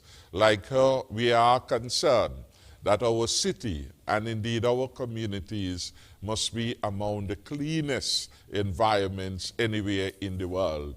So it is a high standard which we have set ourselves. The communities of Macknight and Newtown in particular have been communities in which special attention and regard has to be placed on environmental health. The government in the last term increased the number of persons who were to be providing environmental type services. We developed different timing schedules, shifts, to ensure that those communities are kept clean. There clearly is a challenge of supervision, among other things, and we will attempt very early to get a hang of this. So I promise you, Alice, that for another occasion, we will have the Minister of Environment come so that you could put more frontally your questions and get an update as to what is happening and what we expect to happen. Also, importantly, the Honorable Janelle Powell is the rep for Central Bastia. As part of our manifesto, we had spent specific attention to speak to the redevelopment, if you will, of Bastia, including issues related to slums clearance. And so I would want to invite him to say a brief word regarding that particular program. Just very quickly before he comes, though, I want to thank John Paul, who has been a regular caller and perhaps all call-in programs, and to thank him for his civic-mindedness and for his interest in seeing that things in our country go in a good way. We are a people, he noted, joined by blood, connected by history, connected in many ways. And the people of St. Kitts and Nevis really are one people. I understand that connectedness. My father, Mr. Godfrey Nisbet, was born in the heart of Nevis in Cotton Ground. And so I have a long line of families there, the Browns, the Herberts, and so on and so on. And we are in close contact. Our heart loves each other and are connected. And so I understand that connectiveness. And I do believe that perhaps as the Prime Minister, which that rich history in terms of a father from Nevis, a mother from St. Kitts, for such a time like this, I have been given the opportunity to advance the cooperation, to advance the unity between the federal entity and the Nevis Island administration. When all the noise is over, the facts remain true as they are, that for the first time in history, we have had successive leaders of the Nevis Island administration proclaim that the relationship is at its best ever. For the first time in history, the federal government has a vote head in the budget every year, which provides for a monthly allocation to the island of Nevis, or to the government of Nevis. In December last year, we took the decision at Cabinet that we will increase the amounts available through the government, the Nevis Island administration, by a whopping 50%. 50%. From 30 million or thereabout per year to some $45 million. That is a significant sum. It represents one of the largest cash inflows to the Nevis Island administration. We have said and we have committed that we will review those arrangements, but we have to do it holistically and we have to do it in a careful manner so that we do not undermine, one, the fiscal stability of the federal entity has to be preserved.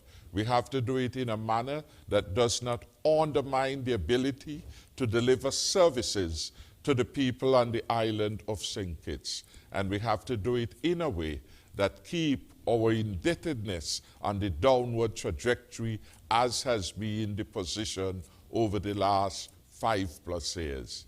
There is a plan. Things are moving in the right direction, but it cannot be moved in a rush way. Somebody has to keep their eye on the ball. And as Minister of Finance and as Prime Minister, I am keeping my eyes on the ball. We have done all that we reasonably can do, and we will continue to do, because our support to the Nevis Island administration go far beyond just the budgetary allocation that we have made. We provide support in every area. As we fight COVID, for example, we expend money both at the federal entity level and at the level of the NIA. You look across the range of areas, education.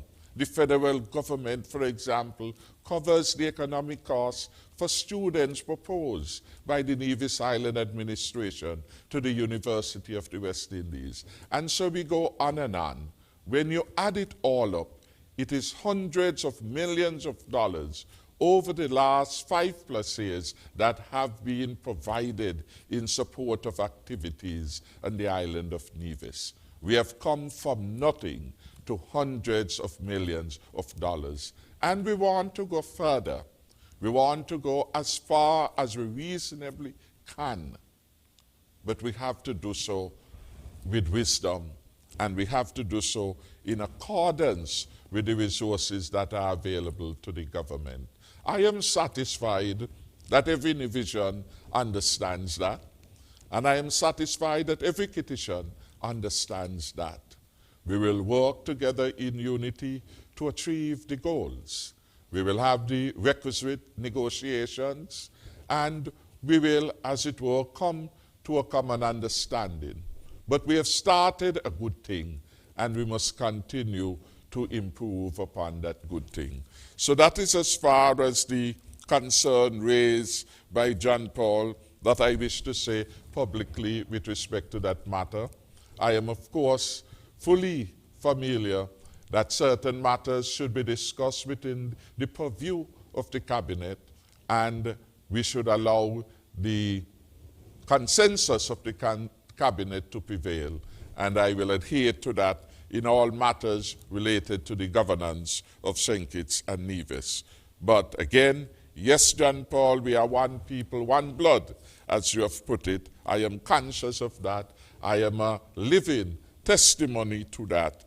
And I can say to you that in terms of the treatment, the Nevis Island Administration, but more particularly the people of Nevis under the Team Unity Administration, led by Timothy Harris, has had its best time, and the people have been elevated based on merit to some of the highest representative role for our country. Ambassadors for the first time in Washington, D.C., in Ottawa, and elsewhere. And we have a number of other functionaries from Nevis.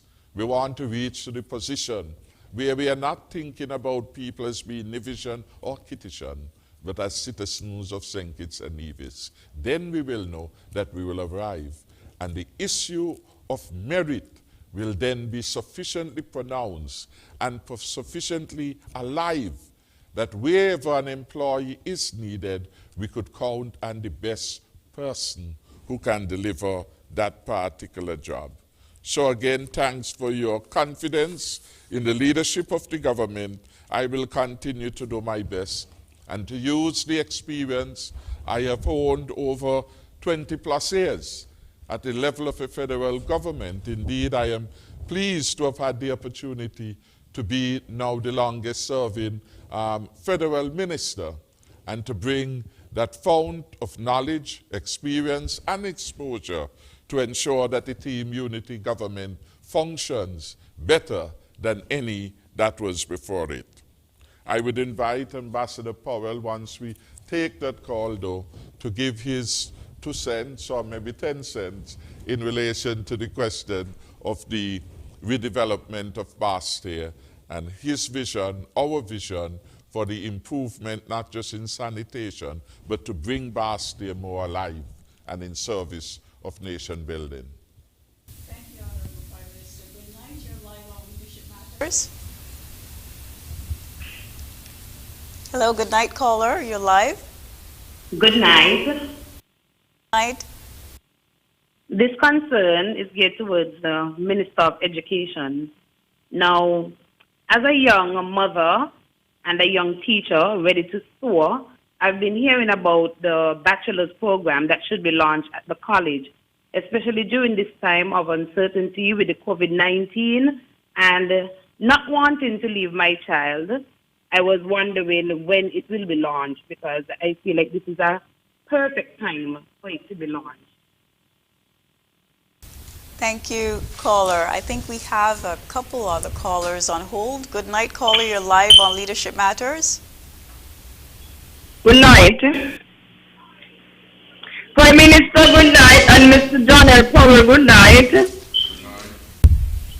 Yes, this is Miss Unity from St. Croix. Prime Minister, I just want to say, I want to see this Team Unity party go from strength to strength, and like John Powell said, we are one blood. I want to see it go from strength to strength, and I don't want the callers and the supporters them just keep talking about Mark Rantley and you. Teeth and tongue does not, and if I have a problem, I don't have to trash it up because you all have to sit down in Parliament, make law and break law. And with the supporters then we need to just try to strengthen the party and keep the party together. I don't like this thing about Mark Rantley. Mark Rantley was good to the party, the Prime Minister was good, and the three teams come together and form a party. It was very hard to get in, and all of us they need one another. PAM the one PLP and CCM the one PAM, and all of us they need one another. Okay, so let the party go from strength to strength and continue moving forward in the right direction. We could all could say things, but it's just how we say it. We have to just watch what we're saying. And the Prime Minister here talking about the brown from Nevis. My grandmother that brown from Nevis, Ginger and Handley's Road. The brown and the web, all of them from Nevis in my family, but that's where my grandmother from. We're one blood. Where we gonna go? You know? Teeth and tongue doesn't act like I say, and John Paul say we are one blood, and forget about Mark Rantley saying ignore the noise. And I say it last night on the radio, they say Mark Rantley does have conversation with people out the party, but them same set of people who are trying to tear down the Team Unity government. And if I have a friend and I going in for a race and my friend going supporting somebody else and telling the person everything to do to beat me, that's not my friend. You give me a phone call, you're not my friend because you're putting up people to tear down the party while I'm trying to get in to government. And Prime Minister, you have a safe journey home and you'll be strong, and you don't let words bring you down. Keep on doing the good work for the people them in Nevis. When plenty there, they get and shoot that everybody could get a piece. Prime Minister, Mr. Powell, I keep up the good work. And Team Unity, long live, strength to strength. Thank you, Sir Nevis. One love, one blood, one federation. We have two more callers on hold. Good night, caller. You're live on Leadership Matters. Please make it brief and just straightforward. What's your question? Good night. Good night to the Honorable Prime Minister, Dr. Timothy Harris, and good night to the Honorable John L. Powell. This is Mr. Politics here, always putting his views to the media and to the talk shows. Now, General, I want to commend you on your effort you're making so far as a new minister in the Ministry of Education and other things out there where your portfolio is. I know that you're a young man, and I know that you is a lawyer, and I know that you will get you with your technocrats, them who working around you, and you'll get you from strength to strength, especially with in the education department. Mr. Prime Minister, I know that you're a dedicated man to this country, and we all know that the chance to take to come on this unity train with two political parties, the CCM and the People's Action Movement, because we know what this country was going through, the tribulation we was going through under the farmer administration. And you take this country 2015 and you make this federation of St. Kitts and Nevis proud. And with all the negative talk you're hearing out there, that only just to bring you down and bring down this unity government. But we, the people of this federation and the people of Nevis, would not allow nothing like that to happen. Because you got it come to you, you're there for 20-something years now as the experience in government, and we know that you can do it for this federation, even for a third term, Mr. Prime Minister. So I want to commend you and your cabinet and all the naysayers them out there, especially people like Mr. Ivor McMahon, every day on the radio station try to bring down you and this unity government. But you know what you're doing? You're bringing down voices. Because only 3 people are calling from voices now at the time. Sometimes you can't get in from voices. And any water in St. Kitts, people tell me they're getting fed up by this man. I'm getting fed up by this man, Mr. Politics. This man ain't have no use for the country. He ain't love nobody, he ain't love this, he ain't love that. And he just got the Prime Minister of the performance. You all have a wonderful night. God bless. Thank you. Good night. I'll take one last call. Caller, what's your question? Good night. Good night. I would like to ask 2 questions. One is for... Good night. Good night. We can hear you. Please ask your questions. Ask about, the curfew at lift to altogether. The curfew at lift altogether. But what about the churches? Still have church just for an hour, like for Bible study, like 2 hours at Sundays, and also the other thing for the step go over to government from those working for the government. Okay, thank you. You're welcome. Thank you, caller. Okay, so that's it for the calls. Thank you so much for calling in.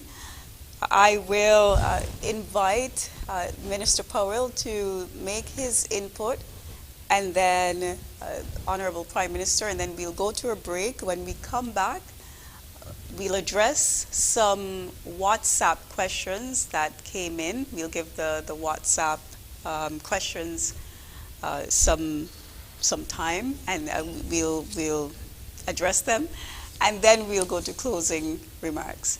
Minister Powell. Before I address the issue of the rejuvenation of Bastille, let me say that, like the Prime Minister, I too am the product of a father from Nevis in Brownhill and a mother from St. Kitts in that night. And so I support the thrust of the Team Unity government, whereby the people of Nevis are enjoying the best relationship with St. Kitts that we've ever seen, and we as a government do continue to do what we can to improve upon that relationship, and I just want to support the Prime Minister on that. During the campaign, we would have spoken extensively about improving the standard of living and the conditions in Bastille, in particular Central Bastille and East Bastille, where we have a phenomenon of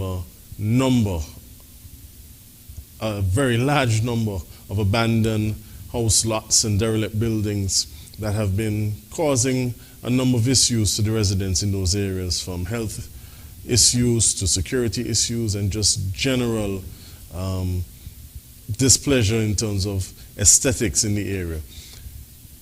Particularly on a small island and in a small constituency like Central Bastille, where land is limited, we want to be able to redevelop a lot of these areas, if not all of them, and thereby provide new opportunities for young people in particular to have land to use for residential and commercial use, to improve the general standard of living in these areas. And when you have coastal communities such as this is the first thing that our visitors see when they come on a cruise ship. The first thing that our brothers and sisters see when they come down from Nevis on the ferry. And we want to ensure that we do all that we can to, as the Prime Minister likes to say, make Bastille the best capital in the Caribbean and in the world. I can say that in the few weeks that I have been in office, I have already had discussions with persons within the planning department and within the department with responsibility for urban development to look at how we can push forward on some of these initiatives that we have discussed. We have actually looked and identified a particular area within the Irish Town vicinity in Central Bastille where we can use that area as a pilot to start this general redevelopment of our beloved Bastille. Let me also just very quickly touch on a point, because I had answered a question in relation to how students will be allowed to social distance, particularly in relation to going to trays and all of that and persons selling. Let me make it abundantly clear that while our first priority is the safe resumption of our schools and getting our students and teachers back to school and in a safe and healthy manner, we do also, as a government, appreciate the small business persons that operate in St. Kitts and Nevis, and specifically in this instance, persons who have trays and sell outside of schools. And so we are not leaving you behind.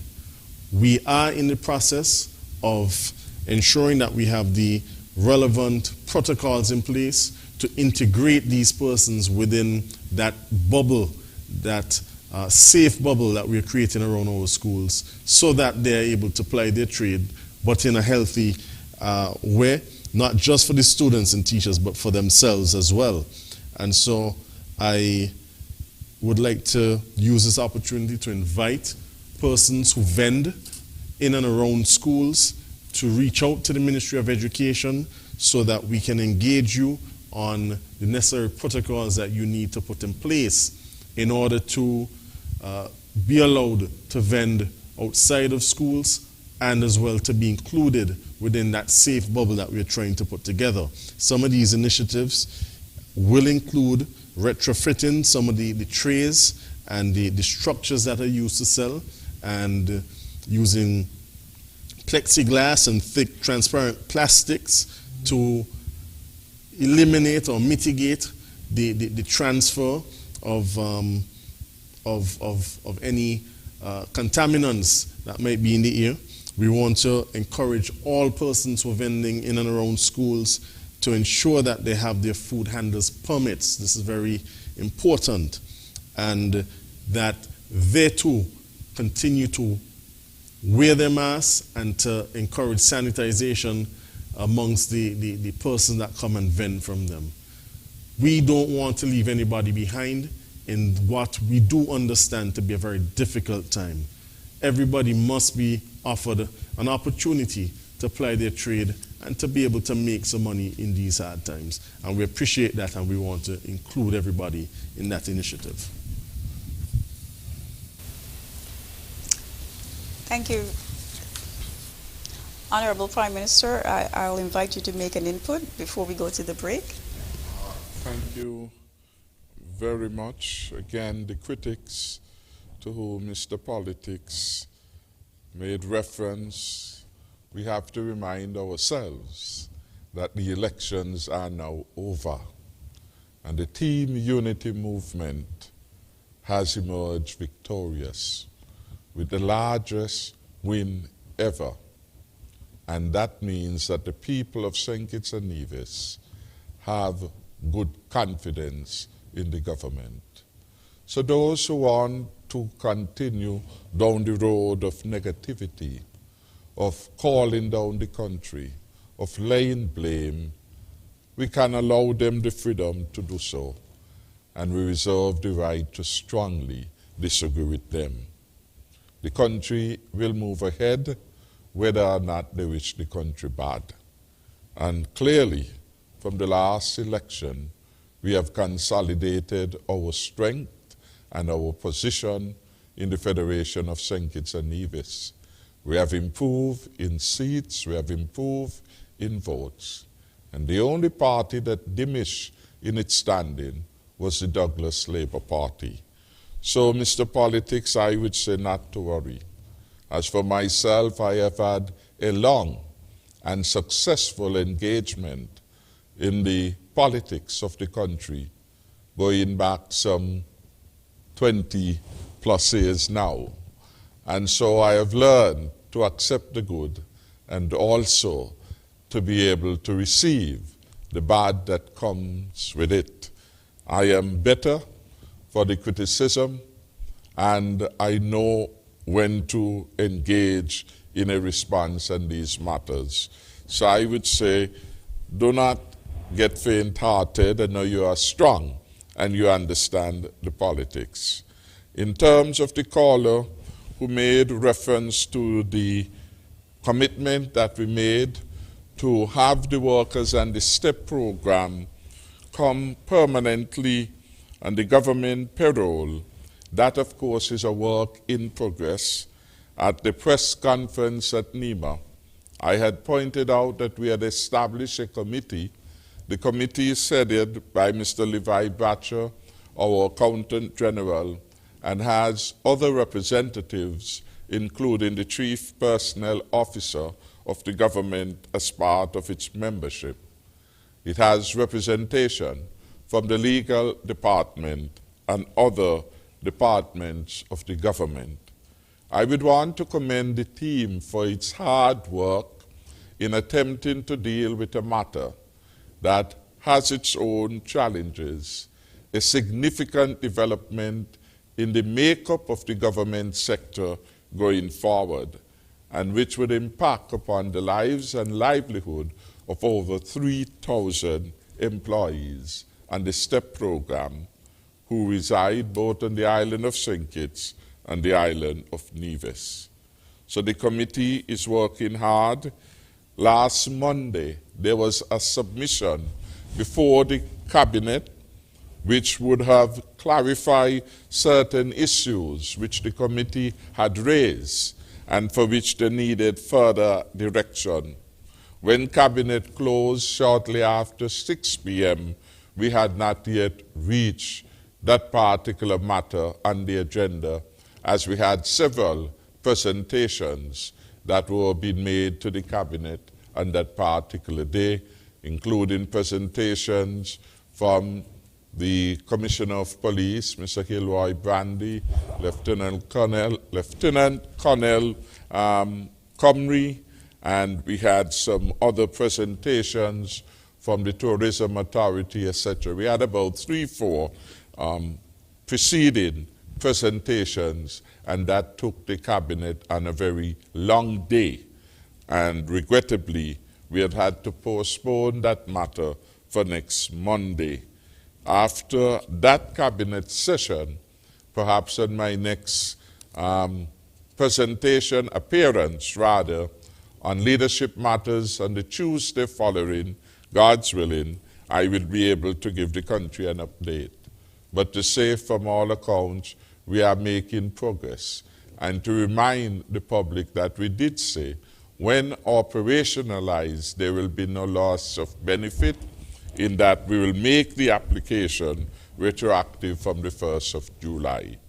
Again, I want to encourage those who are on the STEP program to be their very best. Best in punctuality, best in performance, for moving forward as we attempt to build a beautiful and productive St. Kitts and Nevis. There will be no room for laziness. There will be no room for short-changing. And we expect everyone to give a fair day's work and in return to receive a fair day's pay. So there will be significant transformation in the way things are being done with respect to the STEP program. And we would expect greater output from those who are there, better organization, better efficiency, and of course, more benefits to the people of St. Kitts and Nevis as we give those employees greater certainty and greater benefits. Thank you very much, Honorable Prime Minister. We'll take a break, but before we do, I'd like to draw the public's attention to a couple of websites where you can access the Emergency Powers COVID-19 number 14 regulations 2020. Which have been referred to. So the first website is www.covid19.gov.kn. The second website is www.zizonline.com COVID-19 / So you can access it. You can just see it on the main page, but there's also an icon you can touch. You can click on, and then there will be a drop-down box, and you will see statutory rules and orders. All of the statutory rules and orders that the government have passed in the past few months are up on zizonline.com/COVID-19 / You will also get a sense of the protocols that are in place, that will be in place when the schools reopen. Section 9 states that all public educational places of instruction may reopen as long as they comply with the minimum standards set out in Schedule 2. So you can find Schedule 2 on pages 10 to 12 of the new regulations. The new regulations are also can readily be found on Facebook as well.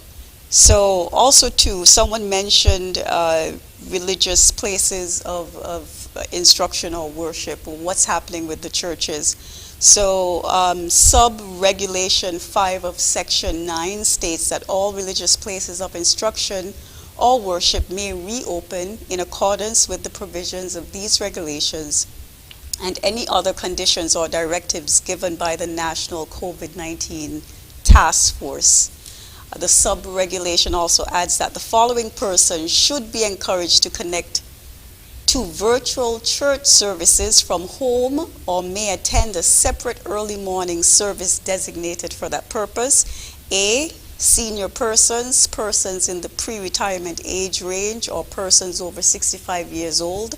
B, persons with underlying health conditions. C, individuals with disabilities. And D, those who might not be able to wear a mask for the duration of the service. So please become familiar with these regulations. They contain very valuable information. So we will go to a break.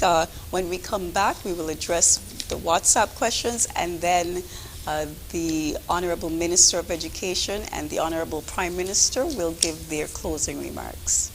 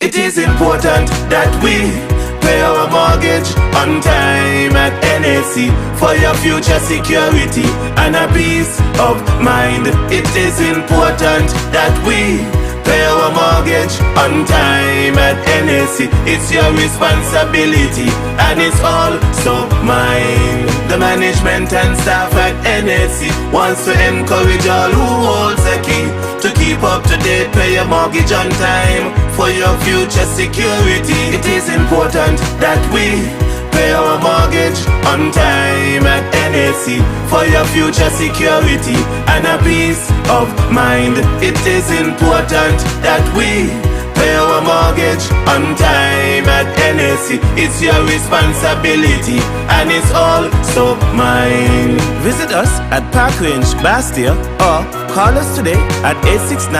869-466-4701 for your future security. Easy, no man.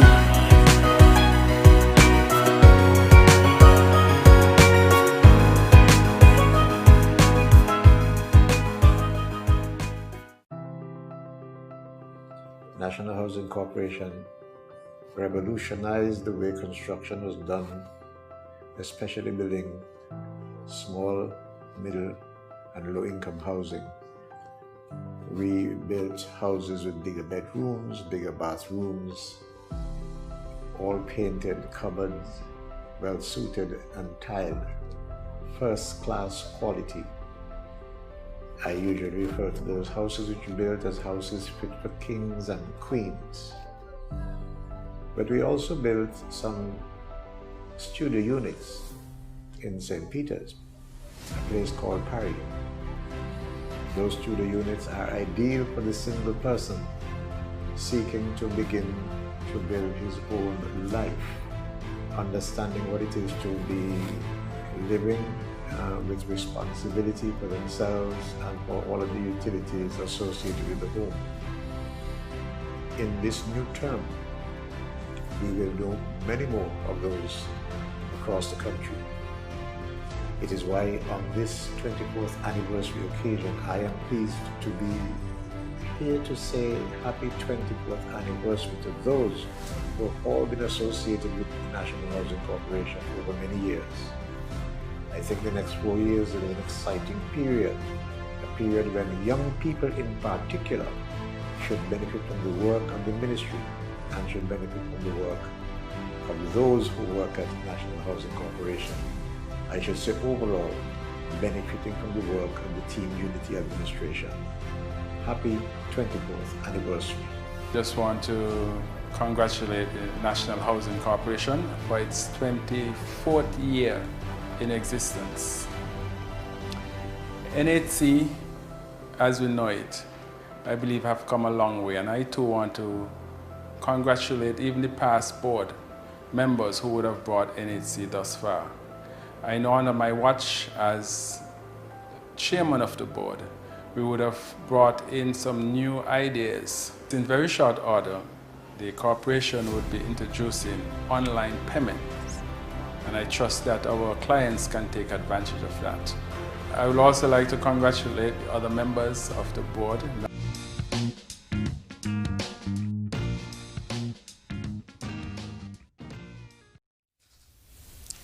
Welcome back to Leadership Matters. I now invite Minister Powell, the Honorable Minister Powell, to address some WhatsApp questions that came in to us. So the first one that I will address is one that asks, what about those children who never received a device? How will they complete their online classes at home? We do appreciate that for one reason or another, the surveys that we would have taken out some months ago would have left some students without devices. We have been able to allocate some 1,200 devices on St. Kitts and another 600 devices on Nevis for use. And so as we resume school, we will be doing further surveys and speaking directly with the students and parents and guardians to see what shortfalls we have and to make the necessary provisions to ensure that all students who should have a device do actually have the devices. The second WhatsApp, which is in relation to the resumption of schools, says, good night, I'm just a concerned parent trying to find out about children with asthma. Like both my daughters and other children with the same asthma, are they required to wear masks all day? We do take into consideration the fact that some persons do have pre-existing conditions that limit the amount of use that they can have with masks. And so we ask that parents and guardians of children who suffer from asthma or any other respiratory illness indicate this to the schools. And we ask you to, in doing so, support it with some medical evidence from a doctor. I also would use the opportunity to refer persons to the COVID-19 regulations. The press secretary would have given some instructions as to where these can be located. Those actually speak to instances where persons may be exempted from wearing masks. Let me put on record that under those very regulations, children under the age of 6 are not required to wear masks, and based on the medical advice that we're getting, children under the age of 4 ought not wear masks. The third text message is from a writer who is living in Tampa, Florida, who is inquiring as to whether or not we have sufficient thermometers to test the temperatures of children upon entry to the schools. These thermometers, like so many other essentials that are needed, are limited in number, not just in St. Kitts and Nevis, but world over, simply because of the demand. We do have what we believe to be sufficient for every school. However, in order to maximize the efficiency of our screening upon entry, we would like to be able to utilize others. And so I note that the writer has indicated that that writer is willing to donate some thermometers, and so I would like to thank that person for their generosity, to encourage others where they have the means to do so as well. The reality is that these devices are electronic, and things will happen. We are talking about 8,000 students returning to school, and so we do need to be able to, we need to be in a position whereby we can screen all of them in an efficient way and to have backup supplies. So I invite that person to contact the Ministry of Education so that we can coordinate that very generous donation.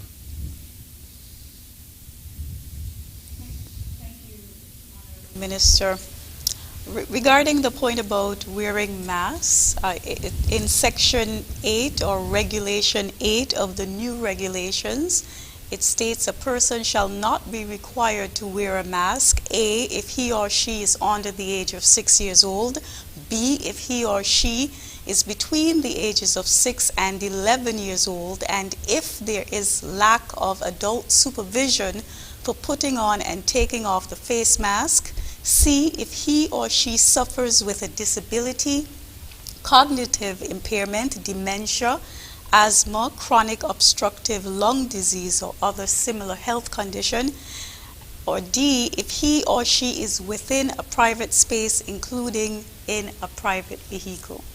So there it is. Honorable Prime Minister, we also received some WhatsApp questions. The first one I will read. It says, just wish to say to Honorable PM Harris and his team, please keep up the good work, as presently my country is in a serious state regarding the COVID. The PM of this person's country should have taken a leaf from PM Harris's book, this person says. The person would also like to know how he or she can go about achieving his or her goal by obtaining a house in St. Kitts and Nevis. And then the second question relates to the poverty alleviation program. This person would like to get some feedback on that because they applied and they would like to get an update on that. Honorable Prime Minister. Thank you. I would recommend that the person should approach the Ministry of Sustainable Development to pursue the inquiry regarding the status of their application for the PAP program, and to remind that one of the critical elements of the criteria is that the person must be, well, in order to receive, the household should not be in receipt of more than $3,000 per month. So if you are in a household with several persons working and the sum total would exceed $3,000, automatically you are disqualified.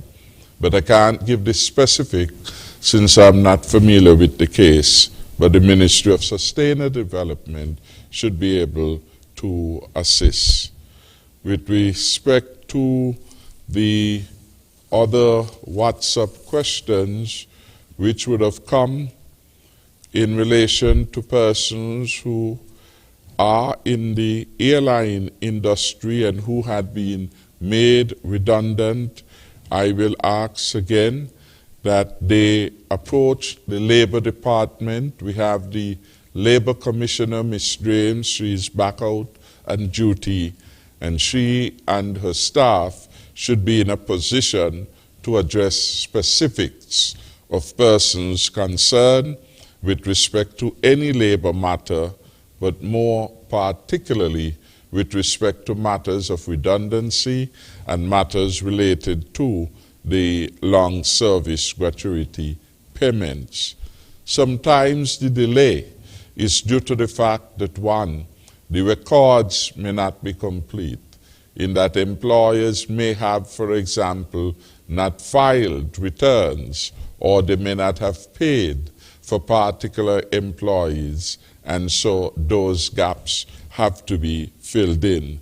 Other times there could be inconsistent information, and before any payment is made, there will be the verification of the particulars of the applicant. So the best way to get a good understanding of where your particular claim is in the system will be to direct your inquiries to Ms. James, the Labor Commissioner, and I shall alert them nonetheless to pay particular attention to these areas which have been raised, and to perhaps give me an update, what has happened, what is in progress, so that I can report, whether on Tuesday next at our next hosting of Leadership Matters, or certainly via the press secretary.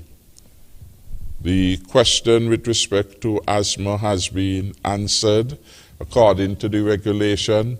Just by way of reminder, if the child suffers from asthma or any other underlying health condition, they are not obligated to wear a mask.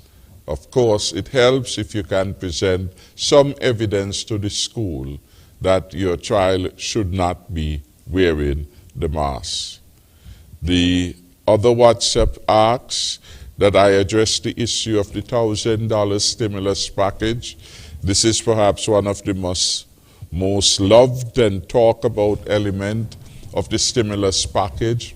Recall when we announced the largest and the best and most comprehensive stimulus package in the Caribbean, we indicated that the Social Security Board had been charged with paying $1,000 up to $1,000 per month to persons who would have suffered loss of income as a consequence of COVID-19, and that we had indicated that based on discussions with the Social Security Board, they had projected that some, $15 million would be expended to applicants over a 3-month period. That is $5 million per month was what they had estimated, based on the returns they've had, based on the knowledge of the industry. In fact, the Social Security Board has, over the last number of months, they perhaps would have started in April, May, June, would have paid out just around $20 million. That is far in excess of what they had estimated they would spend. And indeed, the population of applicants varied from month to month, reaching a peak of over 8,000 in one of the months. I'm happy to report that as we opened up the country to further economic activity, as we got, for example, API Harrissover back out to work, Jaro, the brewery, and so on, as the restaurants open, and almost every area, save for the hotel sector, has reopened, we saw a rapid and significant reduction in the applications from a high of 8,000 to where they are now at a more manageable level, in keeping with the first estimate of the Social Security Board. As a result of that significant increase in the actual expenditure, one had to revisit again the game plan. The support was intended for 3 months in the first instance. No one knew then, and no one knows now how long the COVID challenge, the COVID pandemic will be with us. But we had indicated 3 months in the first instance, after which we will review to see what the probability was that we could continue making further payments. Those were what we had committed to. Take into account the large expenditures beyond budget, we certainly had to do some recalibration. The good news at the end of it is that Monday, the Minister for Social Security, the Honorable Jean Hamilton, had indicated to the Cabinet that his board, having considered the matter, has advised that it is now in a position to make a payment during the month of September. And we are hoping that this will be as early as next week, God willing, to those persons who remain unemployed.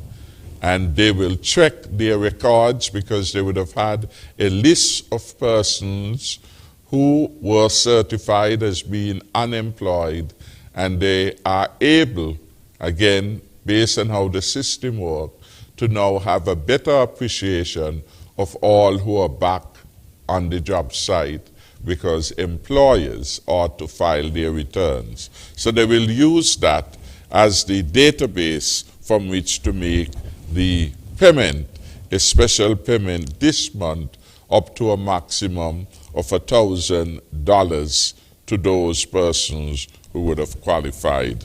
So that again is where we are at with respect to the payment.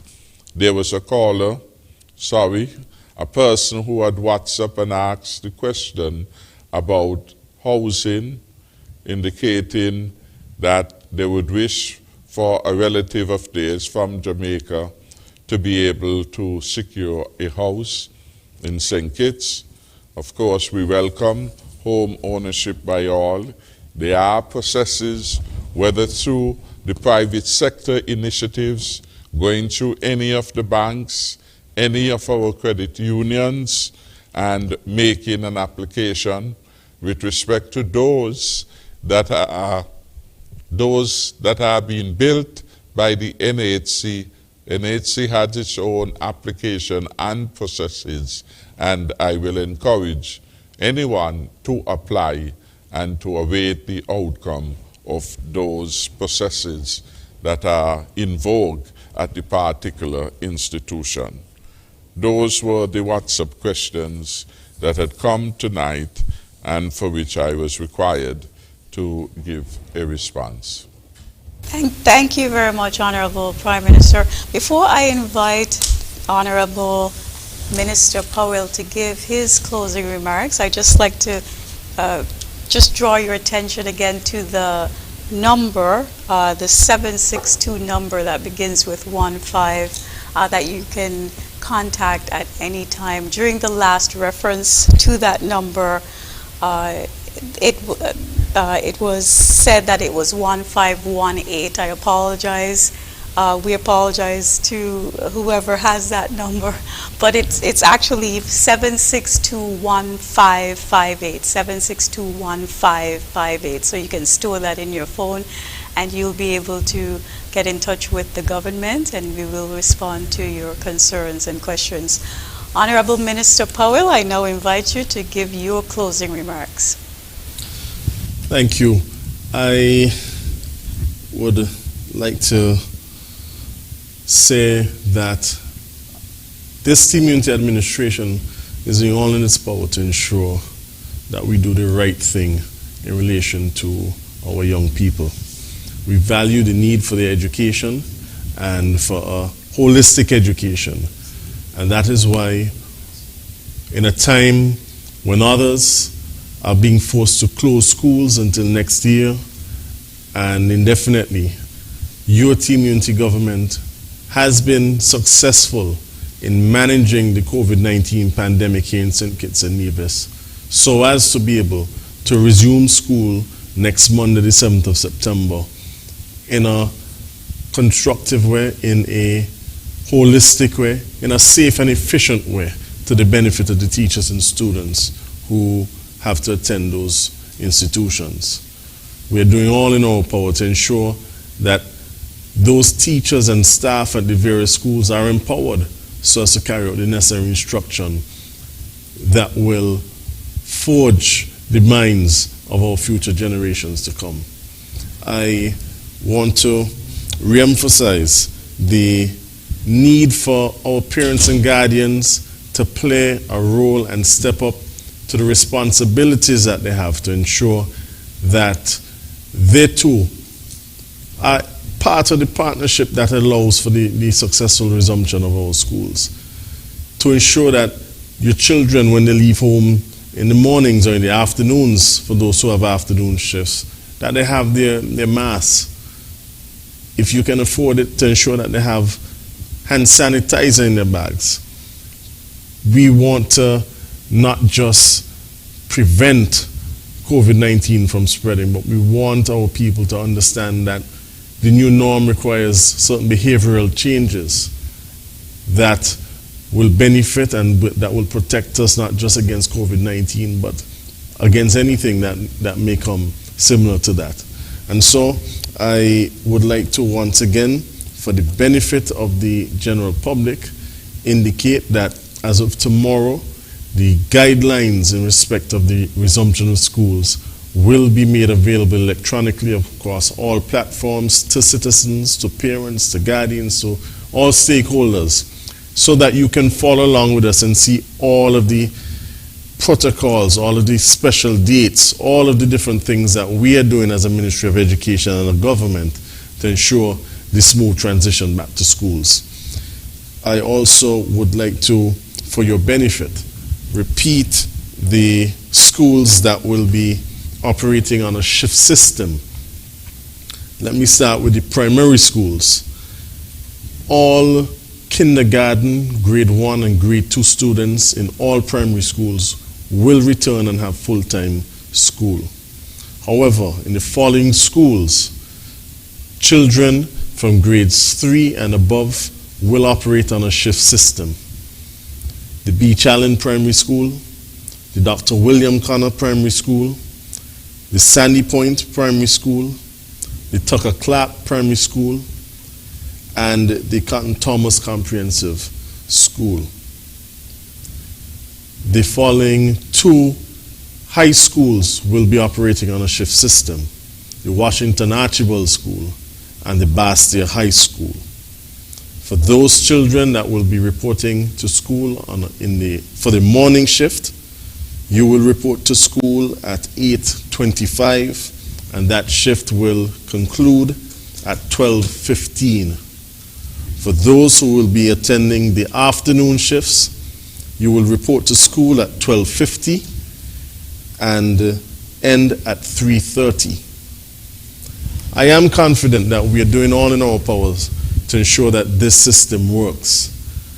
I am comforted when observing elections in our neighboring islands, such as Jamaica, upcoming elections, where persons are asking to be elected so that they can put in place the processes and protocols that St. Kitts and Nevis under your community administration has had in place for some time now.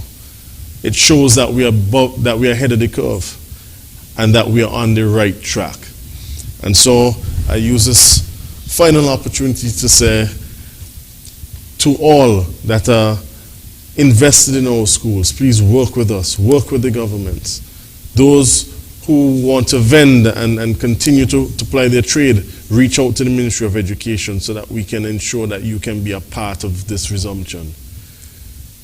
As we go forward, the Ministry of Education, with the support of the Ministry of Health, our COVID-19 Task Force, and your community government, is going to ensure that we keep our teachers and students safe and that we are well prepared should the unlikely or unwanted event of an outbreak occur, that we are well trained in terms of our staff, and we have all the necessary processes in place so that our schools can continue through the blended learning system, which is our online platforms, our MS Team platforms.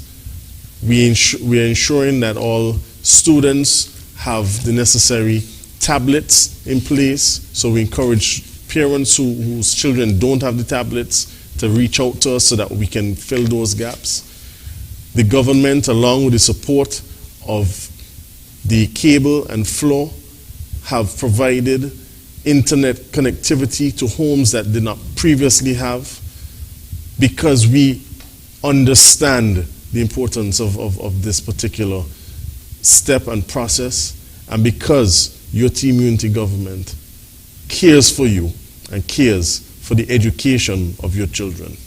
Thank you for listening, and I look forward to working with each and every citizen of St. Kitts and Nevis to make sure that this process of the resumption of school next week is a success. Thank you very much, Honorable Minister Powell. I now invite Prime Minister Harris to give his closing remarks. Thank you very much, Val, and let me thank again our Minister of Education for being part of tonight's discussion, and to wish him well as he provides leadership to that critically important Ministry of Education. Education is critical to the development agenda of St. Kitts and Nevis, and the higher the quality of education that we can deliver to our people, the better it is for them to realize their own independence and to consolidate our independence as a nation. We have a nation to build and a nation to mold, and we have to move with some dispatch with the task of nation building. Difficult and challenging as it is, we have to ensure that we make St. Kitts and Nevis the Garden of Eden.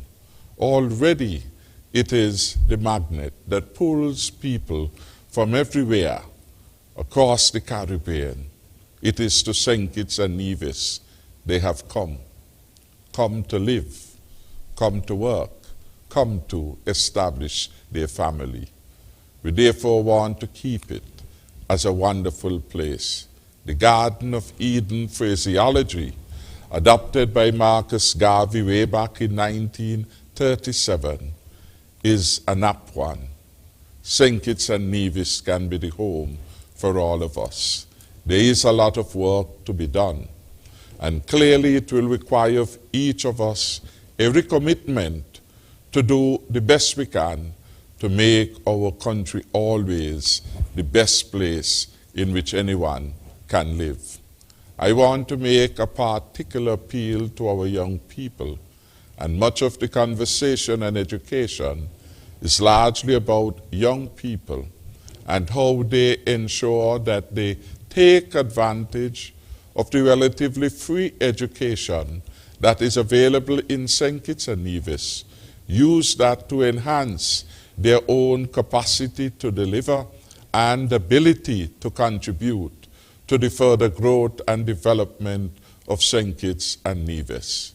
We have some very talented young people, and we want them to avail of their talents, their creativity, to assist in taking St. Kitts and Nevis further along the path of nation building and development. We have had several proud moments as we reflect upon this year, with its challenges, with the great opportunities, and which several people, in particular our young people, our young entrepreneurs, have seized. Tonight I want to commend one young lady, Miss Douglas, who works in the Department of the Land Survey of the Ministry of Sustainable Development, and being licensed now as a land surveyor.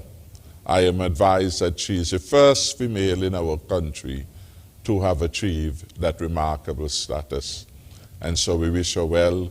We commend her for engaging in what hitherto has been, quote unquote, a man's job, and to have surpassed the expectations of many.